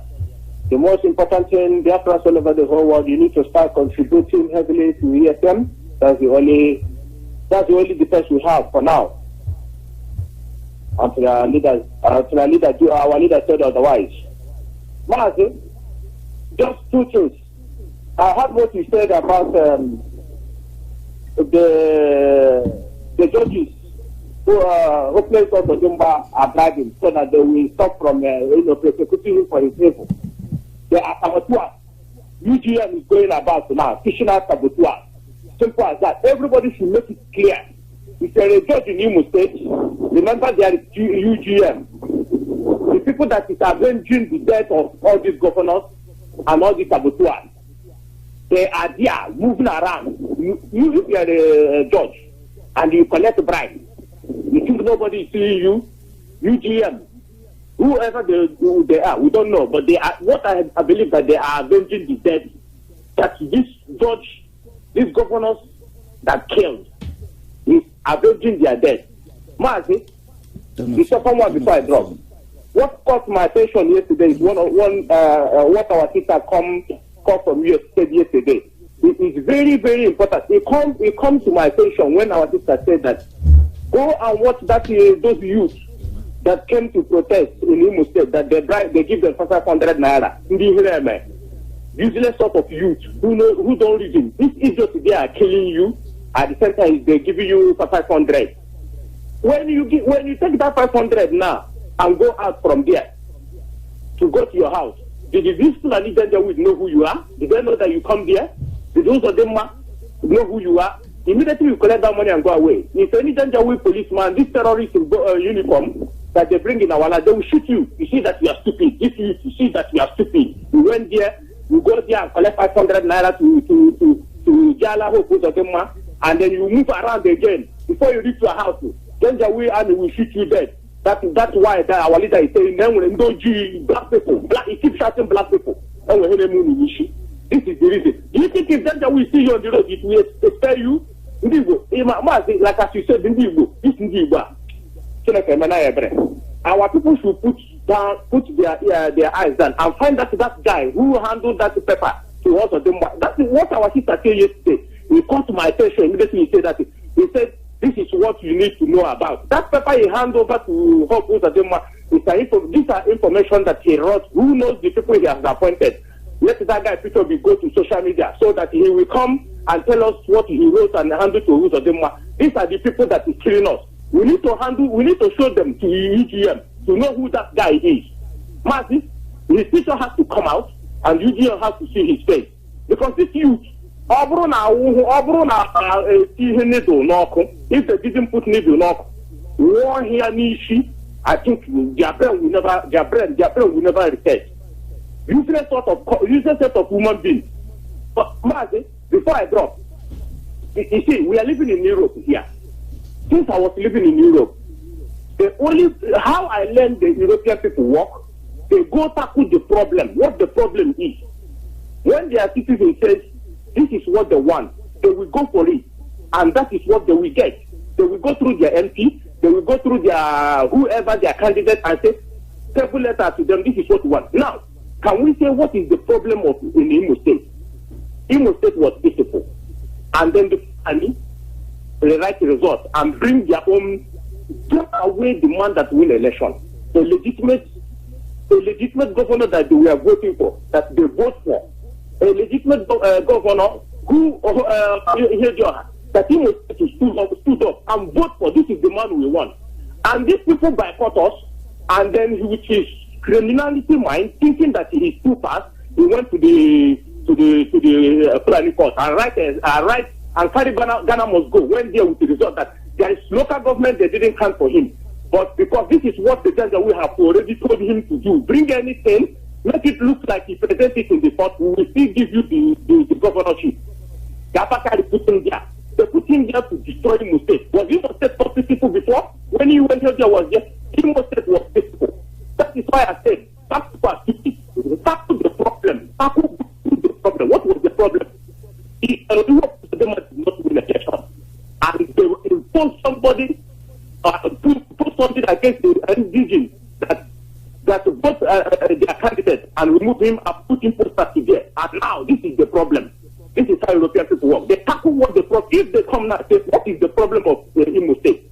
Imo State voted to their own person, and the same Fulani remove him and put to their own person. And after somebody will say we should go through judicial process, we should go through IPOB, we should go go and join election. I feel we should go and join politics, and that are useless sort of people.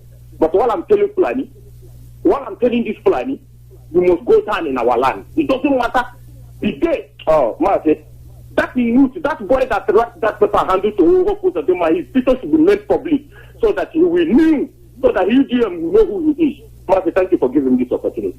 Thank you very much.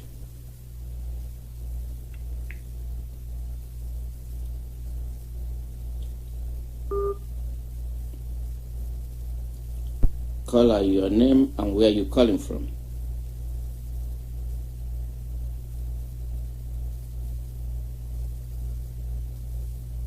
Caller, your name and where you calling from.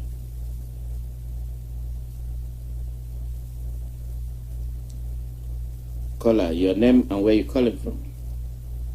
Yes, Mazi. Welcome, Emma. How are you? Mazi, okay. I'm fine, Mazi. Good afternoon from Biafra land. Go ahead. Yes, Mazi, thank you so much. Before I proceed, I want to thank the Biafrans. Good morning, good afternoon, and good night wherever you are in the service of the earth. My name is Emmanuel Basi Okomiba. I'm from Okoyong village. Okoyong is located under Dupani, Udiubani local government in Efik land, as they may say, Cross River State. Mazi, I want to thank our leader, especially for what it is doing for the Biafrans, for the struggle, for the restoration of the sovereign state of Biafra. And I want to thank all IPOB members, the genuine ones, those that know what it takes, and those that are working seriously to ensure Biafra will be restored. I also want to thank our men who are on the bush and all different corners of Biafra land, working seriously to ensure Biafra territory is being protected. Mazi, I want to move quickly to give what I'm going to do is sort of information, what is happening, as I may cut the information as I just got it, what is happening, how people are behaving, how the system is going in the land of Efik, and how some people are behaving chivalrously, because I say it because they don't know, they are in blind. They say that a lack of, Bible says that lack of knowledge make my people perish. So Mazi, as I'm talking to you, the system in that Efik land, which I've gotten information so far, people are really going through a lot of things. And Mazi, do you know, since the day, let me start from here, since the day the so-called Ben Ayade, the useless governor, declined to APC, a lot of Hausa people have been trooping in Cross River State, and nobody's saying anything. All of them are saying it as a normal thing. And people, those who understand, those who know what is happening are shedding tears. Because they know the plan of the Funanis, the Hausa, the jihadist terrorists. Mazi, these people, they don't know what they are doing, and they don't know what they are calling to themselves. And the worst part of it, the youths that are supposed to rise up and do the needful, most of them have been brought over. They are celebrating and enjoying, dancing on the streets, because the man has run to APC, which he has finished the Cross River State money. Mazi, a lot of things happening here. Mazi, as I'm talking to you, if the zoo has security as the main thing, or even here in the state, Cross River State, as they think, Mazi, two of my cousins was killed last few days ago. But up to now, nothing, no police, no investigation is being done on that. All of them has run because they are nowhere to be found. Mazi, these people are really destroying our lives. They are really doing us more harms because they don't know now. They don't know what they are doing to us. But we know. Mazi, these people are very, very wicked. What they are doing to us is very, very bad. And a lot of people that are supposed to speak, those that are supposed to say one or two things, they refuse to speak because they have been bought over, they have been buy over. In the land of Efik, Mazi, as the information I've gotten, a lot of things is happening. As I'm talking to you, everybody is under fear, but none of them want to rise up to take the responsibility. And the information I got that when you talk about people will start attacking you, they will start saying that they are not. So I wonder why they choose to take that very path.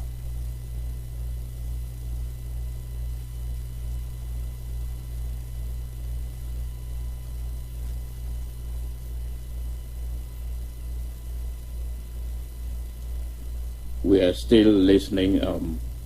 I think you have a break on your communication.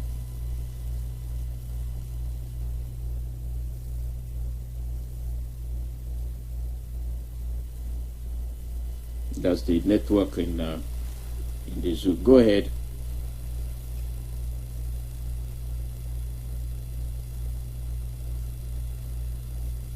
Mazi, go ahead.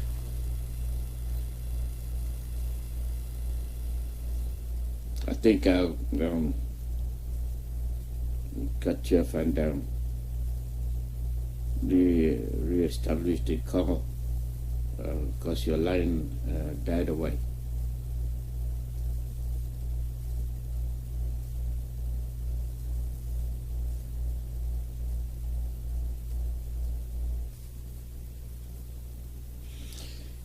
At this stage, now you said before you called, later I can have you back on the show to finish what you're saying. So I understand the situation, so I will have you back on the show later on. So that's the way it is. Caller, your name and where you're calling from.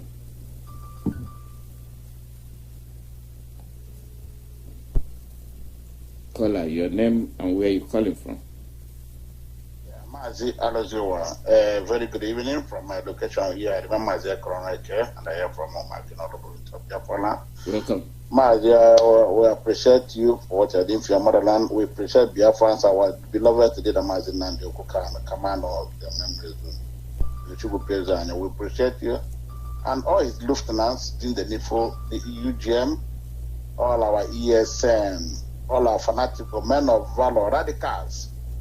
On Wednesday, born around they are killing us, we are killing them, but Biafra will come. We know we are going through a lot of things now, but Kabama is in charge. Mazi, briefly, I have to hand over to the National Secretary of Norway. He's here with me to speak with you about their fundraising and whatever. I hand over to him. Mazi. Thank you. Welcome. Ndewo Mazi Alozi, Ndewo. You're welcome. Greetings, Biafrans.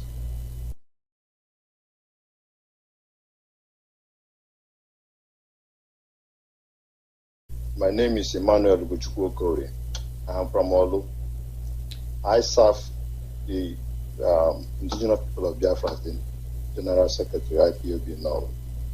I'm here to announce our fundraising. If you know you are living around Europe or any other place that you can connect to internet device, please, I'm calling on you to join us. Come and help us. Let's raise funds for our ESN, please. The date is 26th of this month, June 2021. The time is 4 p.m. Other information, if you need more details, please call this line. The phone number is +47 40 583 909. That's my number. You can also call our sister, Uwa Sophia, on +47 454 00939. Please, let me repeat the number again. The first number is +47 40 583 909. Our sister's number, Uwa Sophia, is +47 454 00939. Please, dear friends, if you know you are around Norway, especially, you live in Norway and you're a Biafran, you are from the old eastern region of Nigeria, please, please, please support us in this fundraising. Flyers will be shared. Mazi, I will send you the flyers, or our brother here, okay, will also send it to you. All right. Please. Right. Thank you, Mazi, for. I don't want to waste your time. I know you're busy. Mazi, I want to say, continue to strengthen you and bless your endeavors, Mazi. What you're doing for us, no, we can't pay you, but may Chukwu continue to bless you. Bless you too. Thank you, Mazi. Thank you very much. Bless you too. Okay, Mazi, thank you. We'll leave it here because other people are coming out. Thank you, sir. Okay, that's all you have for me? Mazi, I have other information, but I think the media will come soon. From Omambra, we'll see what we can do. I don't too much talking because we are not in a good mood. What is happening in our place? Mazi, about what our brothers are saying today, Mazi, when you go to the mortuary in our FMT or whatever, you can see the way they are talking to our people. They are bringing human beings like sardine every now and then, but it's not everything we say on the air. The killing is getting out of hand, and the war is already in our doorstep, and that's why we are calling our brothers who are well to do to come to the head of their towns, their villages, their communities, give them what they use to defend their land. And our young men, like Onyendo has said, God in order Mazi, what is obtainable in Omambra is equally obtainable in Imo State. Onyendo said they dropped through Mbaka Airport. And every young man should go inside the bush. The same thing is applicable in every other state for now, because I hear Mazi, they are talking our people on the road, they are disappearing them, they are killing them, and the war thing, before they kill them, they take their money, they open their phone, they collect everything. So we cannot fold our hand. Every community should do the needful under IPOP, because Mazi, our people like to use opportunity and get themselves rich. Whatever we are saying is under IPOB. Get yourself together and get in to defend your land. Divide yourself morning, afternoon, night. Make a shift. These people work in the morning, these people work in the evening, these people work in the day. We rotate it. Otherwise, I work in Africa. This is going to buy now. Thank you. Thank you very much. My brother, Thank you. Thank you. Yes, sir. The call number is +1 484 767 0848. You see them, you don't confront them. The Oduduwa see them, they will confront them. What's the difference? What is the difference? Knowing your responsibility, knowing what you are supposed to do. So you don't do what you're supposed to do. You just chicken out. You don't want to die, but you're dying. It's how you dying. Are you dying fighting or are you dying hiding? Let's examine our roles.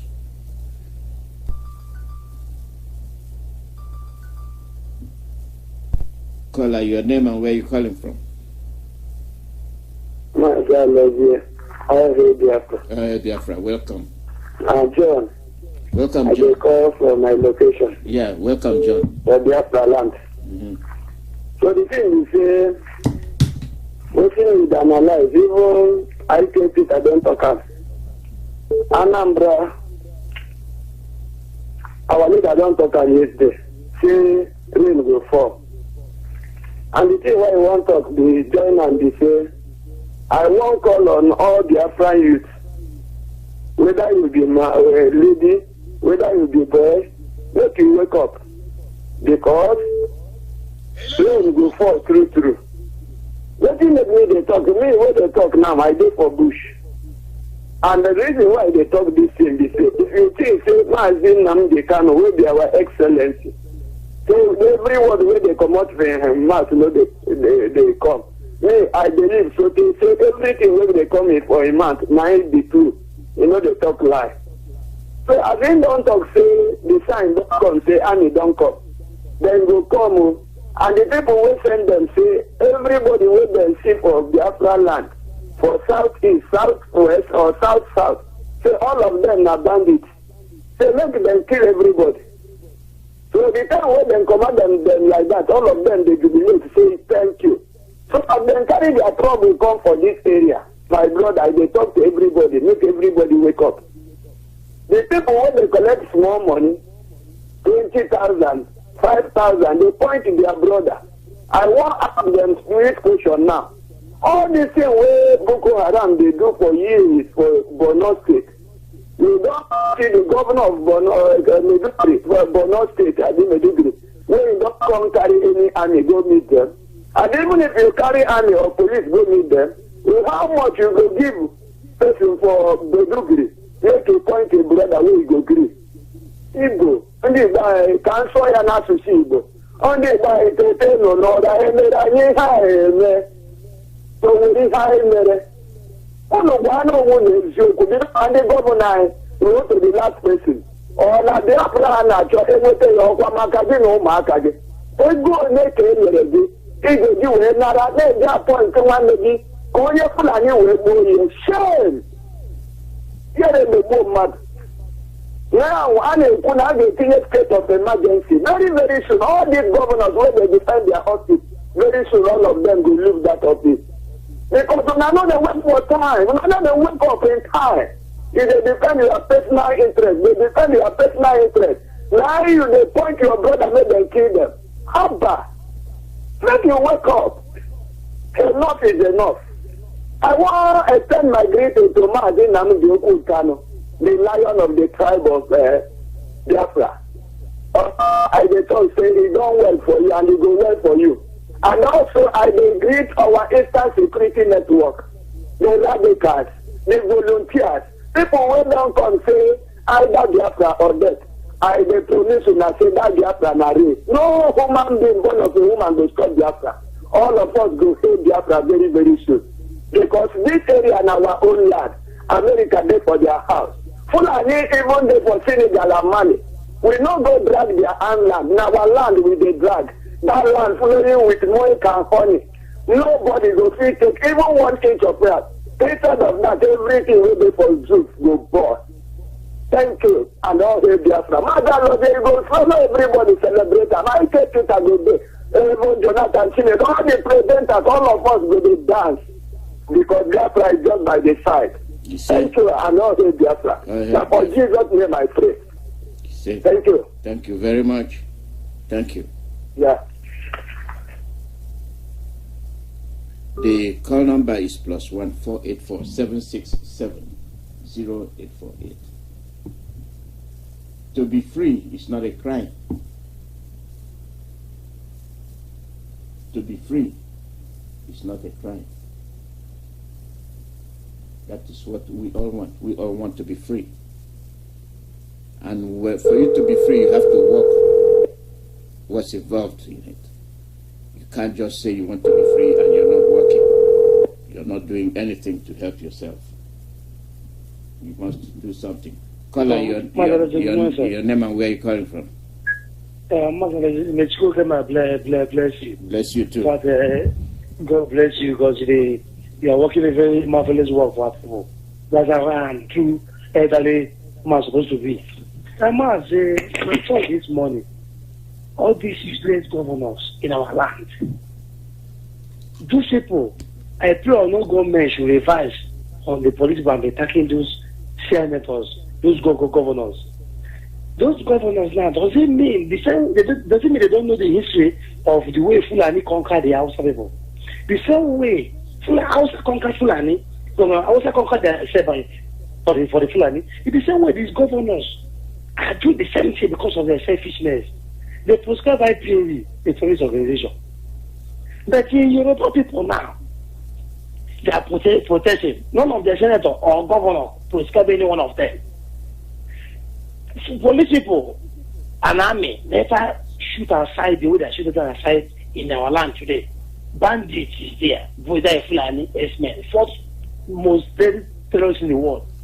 Boko Haram is there, they never condemned a terrorist.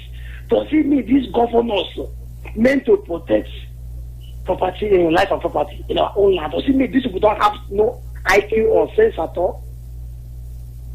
Does it mean this old men? I pray. I wish. I thought they used to come to America in that sort to do town hall meeting. If it doesn't come around, let them know that that's our people. Most of our youth back on faith do. People are here ready to do it.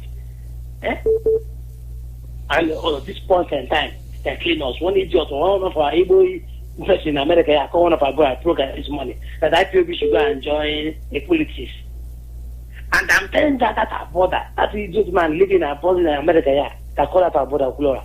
Ask him, does America do politics before they get the freedom in British hand? Does it mean he doesn't know the history of America that he's enjoying today?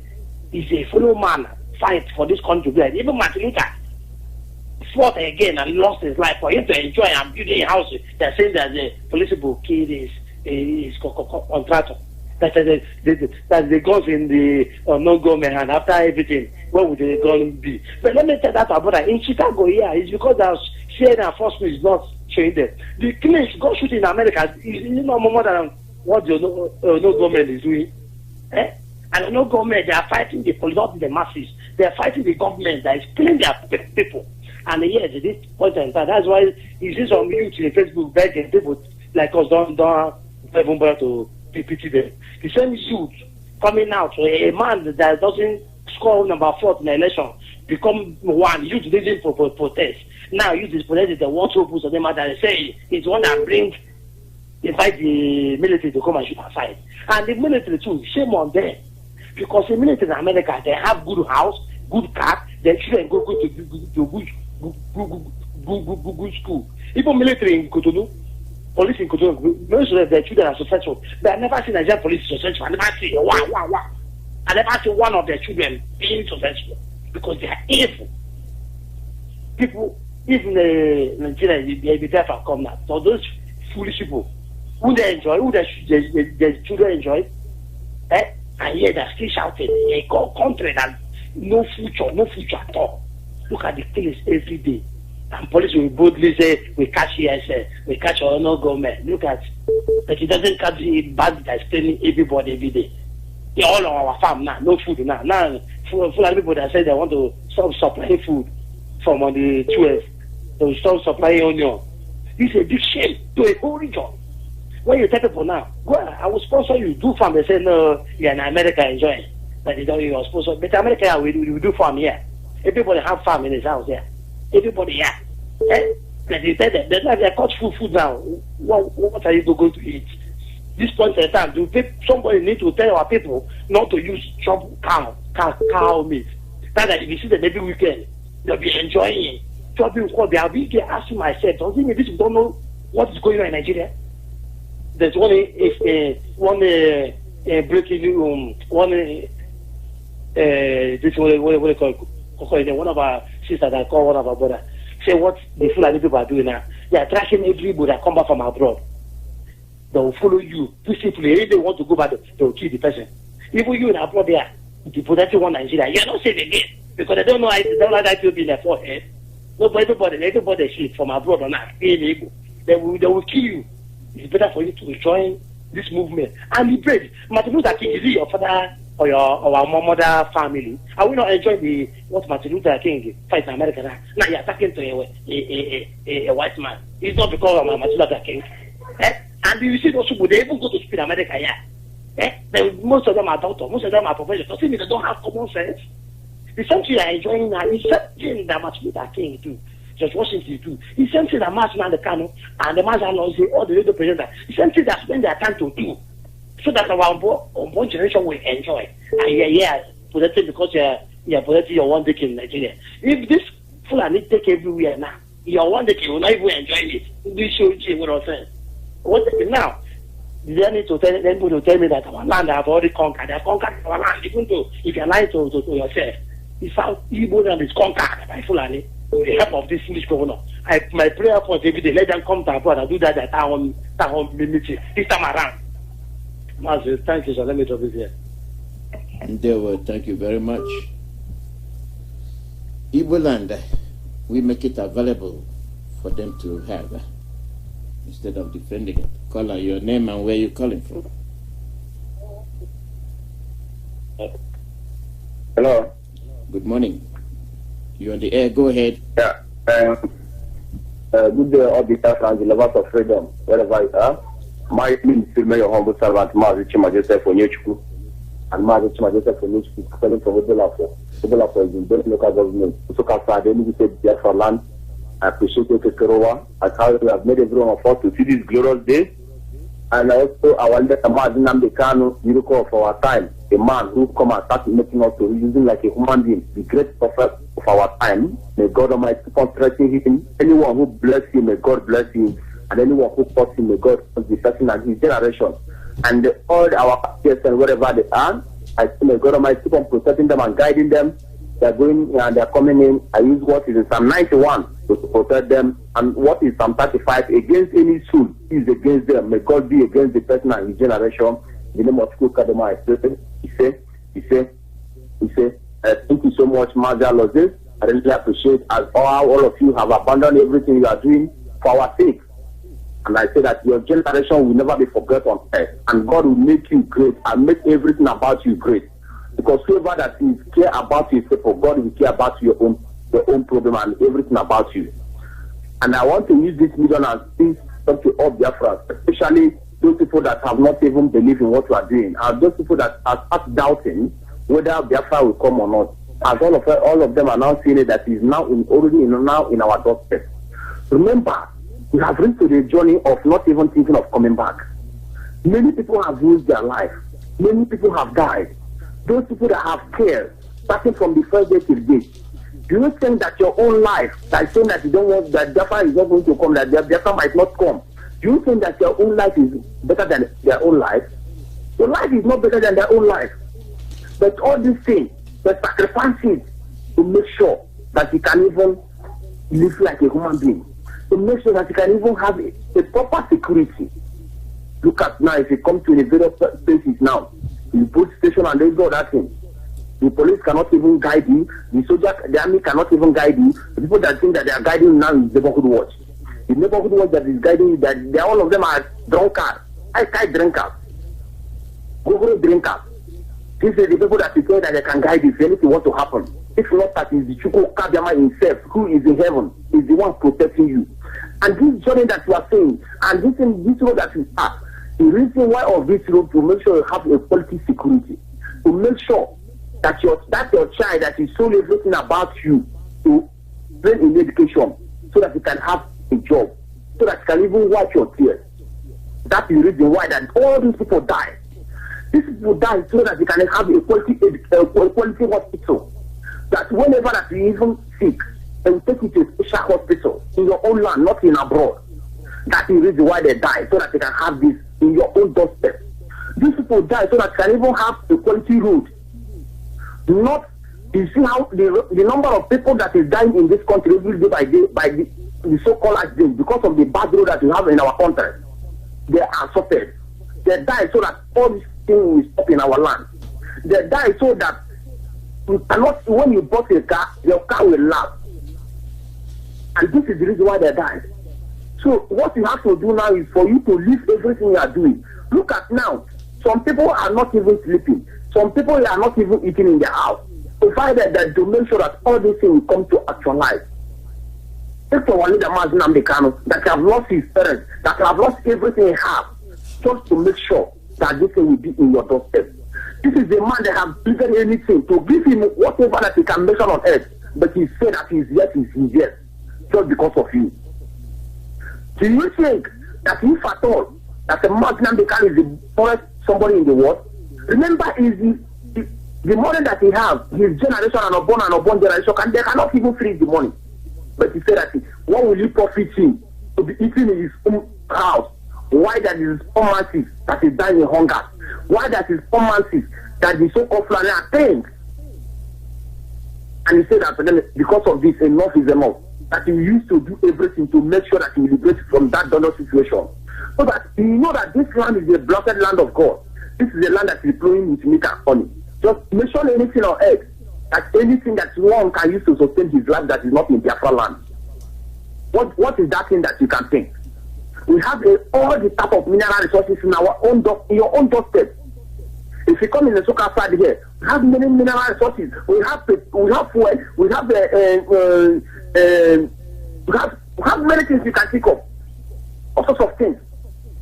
They're in our own land, and that is how we do in every part of Biafra land. And the thing that is paining me more and more is that we, the people of Osoka, we are still going back. And I say that this loan that is starting now, we are going to find it very, very difficult.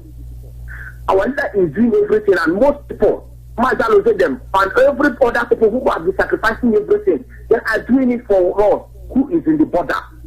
Because they know that when this thing happens, they are going to wipe all of us away. Let all of us stand up now. Because we have youth of Osoka, we have many people in Osoka, but all we are doing, all of us are going to join courtesan. That you are doing one quarter or the other. Use that power and that strength that you have. Come and join IQB to protect your land, to protect your community, to protect you, to make sure that you can even have your quality something in your life. If you finish education, you will not even get job. So Mazi, let me just try to round off here, but I'm begging my people, wherever they are, let all of us come together. Let all of us come together. The only road we have is this IQB. Remember, our leader Nnamdi Kanu is the greatest prophet on earth. There's nothing that he has prophesied that have not come to true. He has prophesied everything, and all of them are happening. You don't want to make it. I stand up from here. I remember your humble servant, Mazi Joseph Onyechukwu. The one from Soka outside the Carmona. In the Biafra land. I love you all. I remain blessed. No going back. We have reached a point of not even thinking of going back. No matter what. If it is one man stand, we must get our freedom. And we have already regained our freedom. We must go Kadema. He says, you know that today we read our Psalm 6. People reading this Psalm, there is something on it. You see some Biafra, you call yourself IQB, and they are not reciting this Psalm. I pity you and your generation. There is a power on this Psalm. Let's keep on doing it. Before that 150, this is going to happen. You don't want to make it. Remember blessed. Thank you.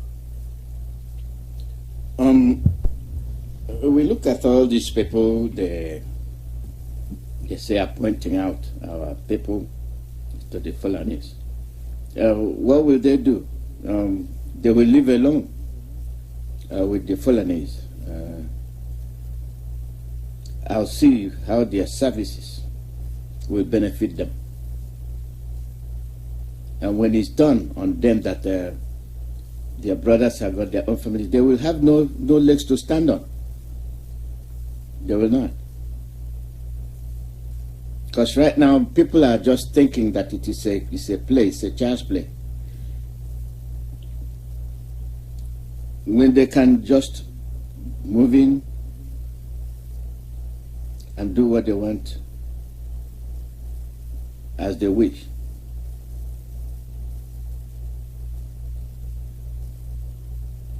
Let me tell you how foolish we are.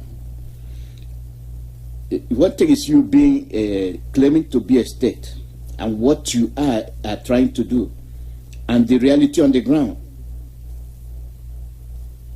Power is very, very intoxicating. Power is intoxicating. You might think you know what you're doing, but you don't actually know what you're doing. And we stand in solidarity with the government and the Imo people, Imo State House of Assembly. These are the people we are pointing out to you. The Imo House of Assembly, after a painstaking investigation, detailed study of security. Let me get this call. I'll continue. Caller, your name and where you're calling from. Mazi, good afternoon. Welcome. My name is Chuka. I'm coming from Biafra land, Ebonyi precisely.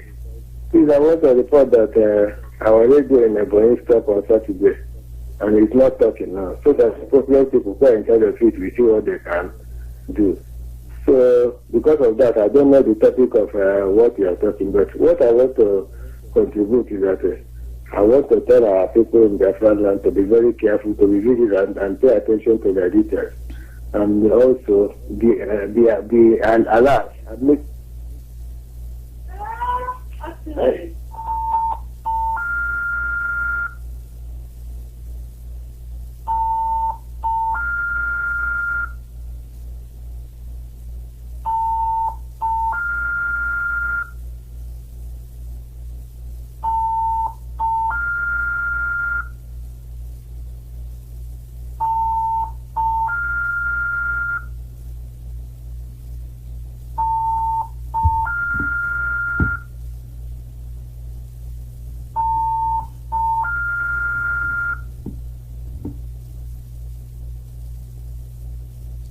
something is wrong with your line. Oh, okay, your line cut off. What I was saying is the Imo House of Assembly, they're playing two-sworded game. The Imo State House of Assembly hereby calls on critical stakeholders, leaders of thought, and clergy and traditional institutions to rally around the government in her quest to rid the state of elements of destabilization. Who are these elements of destabilization? Who are they? Who are these elements of destabilization? Yeah?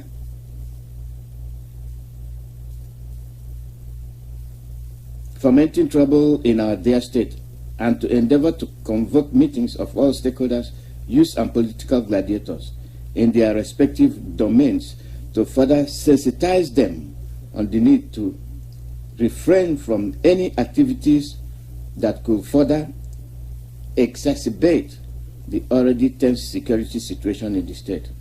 The Imo State House of Assembly makes bold state that there can only be one governor and one government of Imo State at a time, that we support and encourage the ongoing local government by local government stakeholders. The Imo State House of Assembly hereby commiserates with the families that have lost their loved ones. From who? And your government is telling you that he invited terrorists to come and kill your people.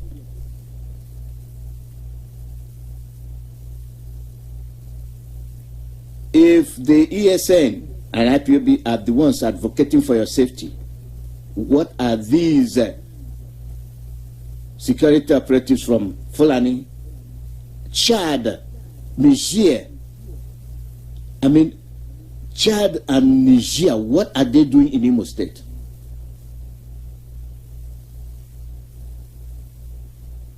What are they doing? Have you condemned their activities? Look at the Duduas. They are telling you there is war. There is war. They are attacking you in Imo State. They are attacking you. They are attacking your children. They are bundling them, kidnapping them. And he is here speaking grammar. You know the law. But you don't challenge the word by which they use in oppressing you. It is very, very sad indeed. Somebody claiming to be a governor you did not elect, imposed by the Fulanese. And you're here writing, making statements. Sensitize who?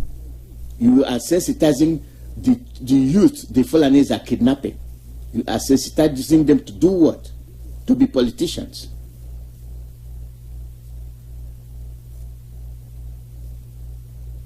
It's unbelievable. It's unbelievable. Caller, your name and where you're calling from. Afternoon. My name is Mazi, my man, Ugo Nature. I'm the national PRO of IPOB here in the United States of America. Washington, D.C. Mazi, I thank you for the good job that you do, and I thank God Almighty for Mazi Nnamdi Kanu.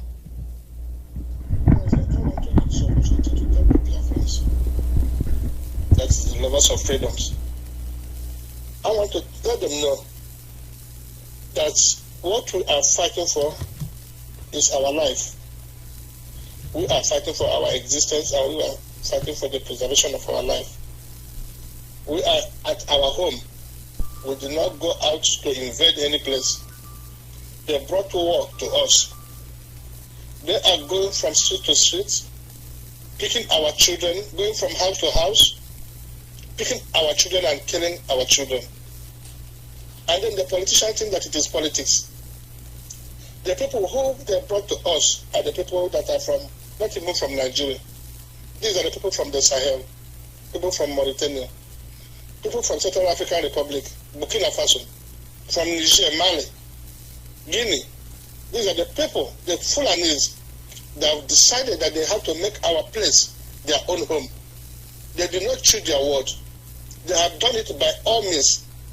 Then the Buhari is the one that is doing it. And then these people have come to our land, come to our kitchen, come to our farm and occupied. And then the people that call themselves politicians are playing with our life. This group of people are playing with our life. Well, they can play with the life of their own particular children, but not with the children of Biafra. My advice to all the Biafra youth, the war has come to you. It doesn't matter if you identify with IPOB or not. Once you are a Biafran, you are a Biafran. The way the Fulani see you is that you are a Biafran. Even if you try to play them, oh, I am a good man, oh, I am not among them, oh, I am not the person. Believe me, when they are shooting their gun, the gun is going to touch you. When they are kidnapping the people that are kidnapping, they're going to kidnap you. When they stop their car, whether you are in or not, then no matter whatever it is, no matter the reason you do to them, they must get you. They can kill you, they put you out, kill you at any time. So the issue there is that you have to defend your life. You have to see any way you can protect yourself and protect your family. And I thank God for the ESN, Eastern Security Network, that we have. This Eastern Security Network, everybody has to support the Eastern Security Network. It's not a matter of, oh, I am a good man, or I'm not a good man. I am a politician, I'm not a politician. The problem we have are the politicians. The problem we have are the people that have sold us because of their political interest. What they are doing is making the money. I don't know where they're going to live to, enjoy that money. That is it. Look at the Joshua. That is it Prophet Joshua. The man just died. The Redeemed Church of God. The son died. There is another man that just died. These are the men of God. How long do you have to live on this earth? So what I am calling on the youth of Oduduwa, the youth of Biafra, the youth of Middle Belt, this is yours. This is your life that these people are just destroying.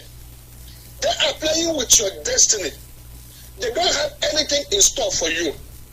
You can stay there and thinking that, oh, Nigeria, you are wasting your time. You have to come to America and see how children are living. How children that are thinking about, their profession. Children going to school the way they are being taken care of in America and in other countries, not even in America.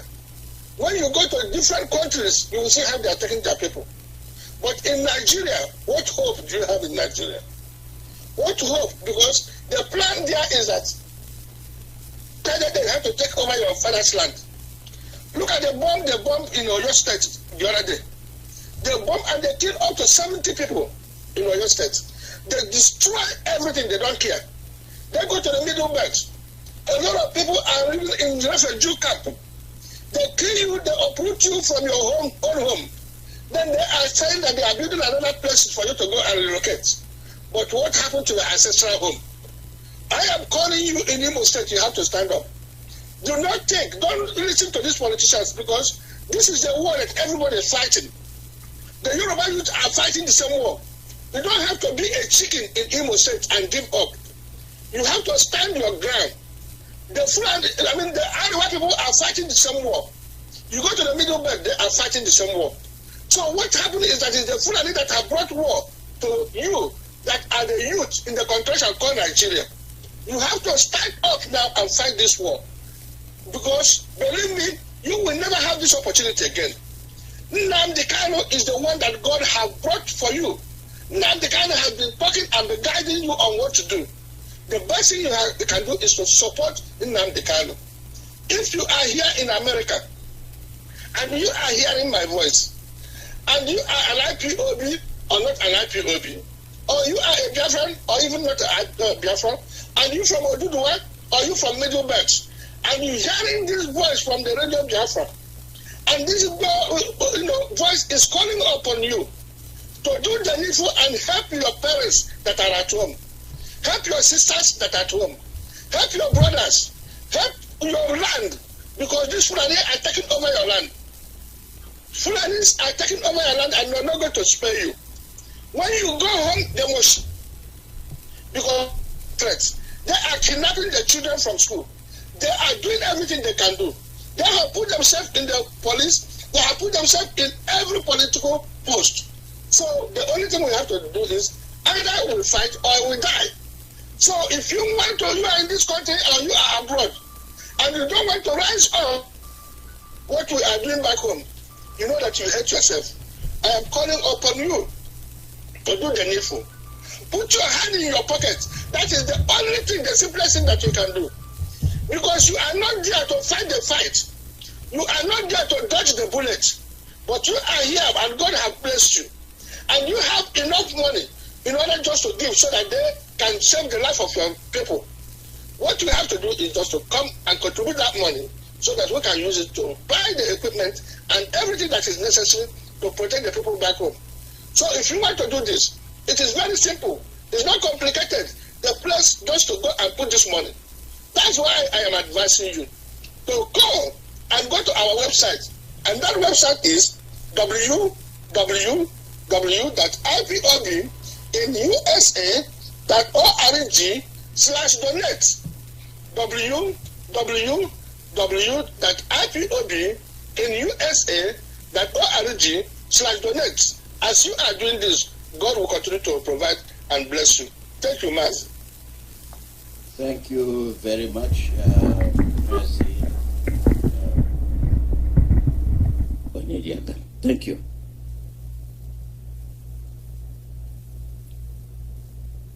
It is very sad indeed. I'm reading from the Muhasa. We call for restraint by security operatives in the discharge of firearms while imploring them to apply professional conduct in the discharge of their duties. in the discharge of their duties in the state. Assembly likewise calls on the law-abiding citizens of the state not to be afraid of the presence of the securities in the state, but go about their normal, legitimate businesses because it is for their protection. We commend the commitment of sound leadership being offered by His Excellency. We finally call on Imo youth not to be discouraged by the insecurity in the state, but to remain resolute. Thank you all for Imo family. Duru, signed by Engineer Duru. In here, Onokara Johnson. It's good to write these things, but you have to face reality. You will have to face reality. You have failed the people that you campaigned to elect you. You are not serving the governor that's you're supposed to be working with. Sometimes we understand your position, but one thing I don't like is deceiving the very people you intend to protect by telling them that all is well. What I'm saying is that it would have been proper for you to condemn with unequivocally the activities of these security men. You term them security men. From where? From the Fulani across Africa. They are in your village. They are in your state. Look at the Yorubas. They stood firm and condemned their activities. But in your own case, you are telling your youth to cooperate. You are going to sensitize them on what? Sensitize them about what? Sensitize them with what? We are not truthful to ourselves. We have never been truthful to ourselves. And it is costing us. You want to be politically correct at a very maximum cost. And we will all bear responsibility for our contribution to the demise of our people, of our race. We will all be responsible for the shame we caused to our ancestors. Not being able to stand firm and say wrong is wrong and right is right. Because you are afraid. Call out your name and where you're calling from. Good evening. Good morning from here. Brother, please, we're speaking from my location. Welcome. Go ahead. Thank you for taking my call. I was also greet our leader, Mazi Nnamdi Kanu, one of Biafra land. Mazi, I thank you for the work you are doing for us, because if not because of this radio Biafra that is educating us, we all could have been in the same mess. To tell you that we, the Igbo have eaten frog. And you know, when the Igbo eats frog, that means the prestige is gone.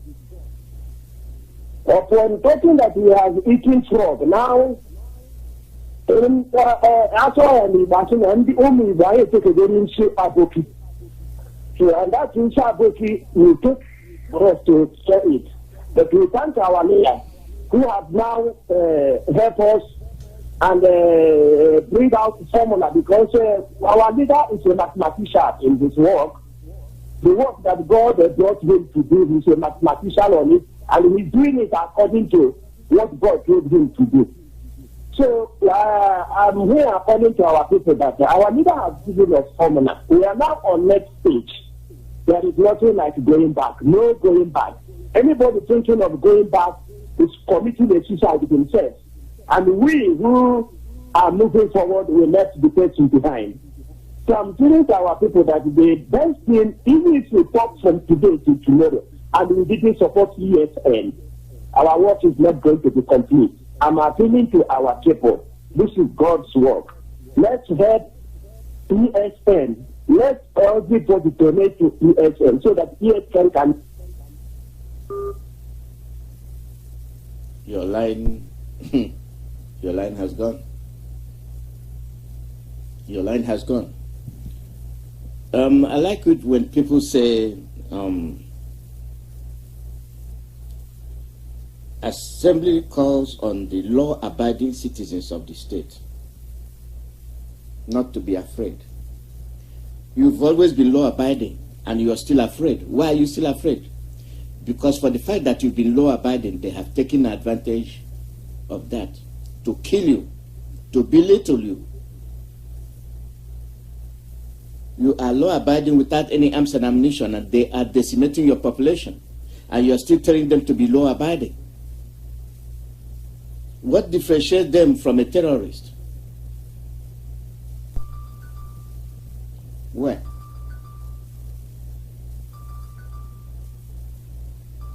That is something we cannot be able to accommodate. I'm no longer taking any calls. Tomorrow is another day.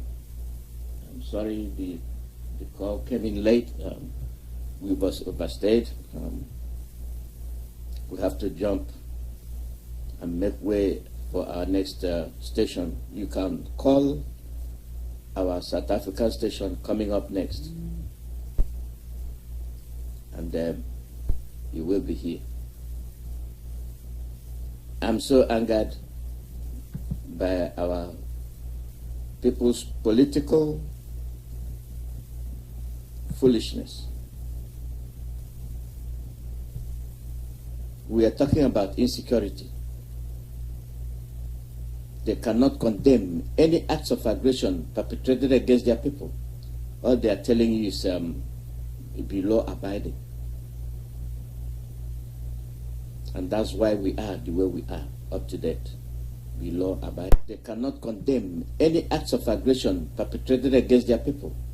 All they are telling you is be law-abiding. And that's why we are the way we are, up to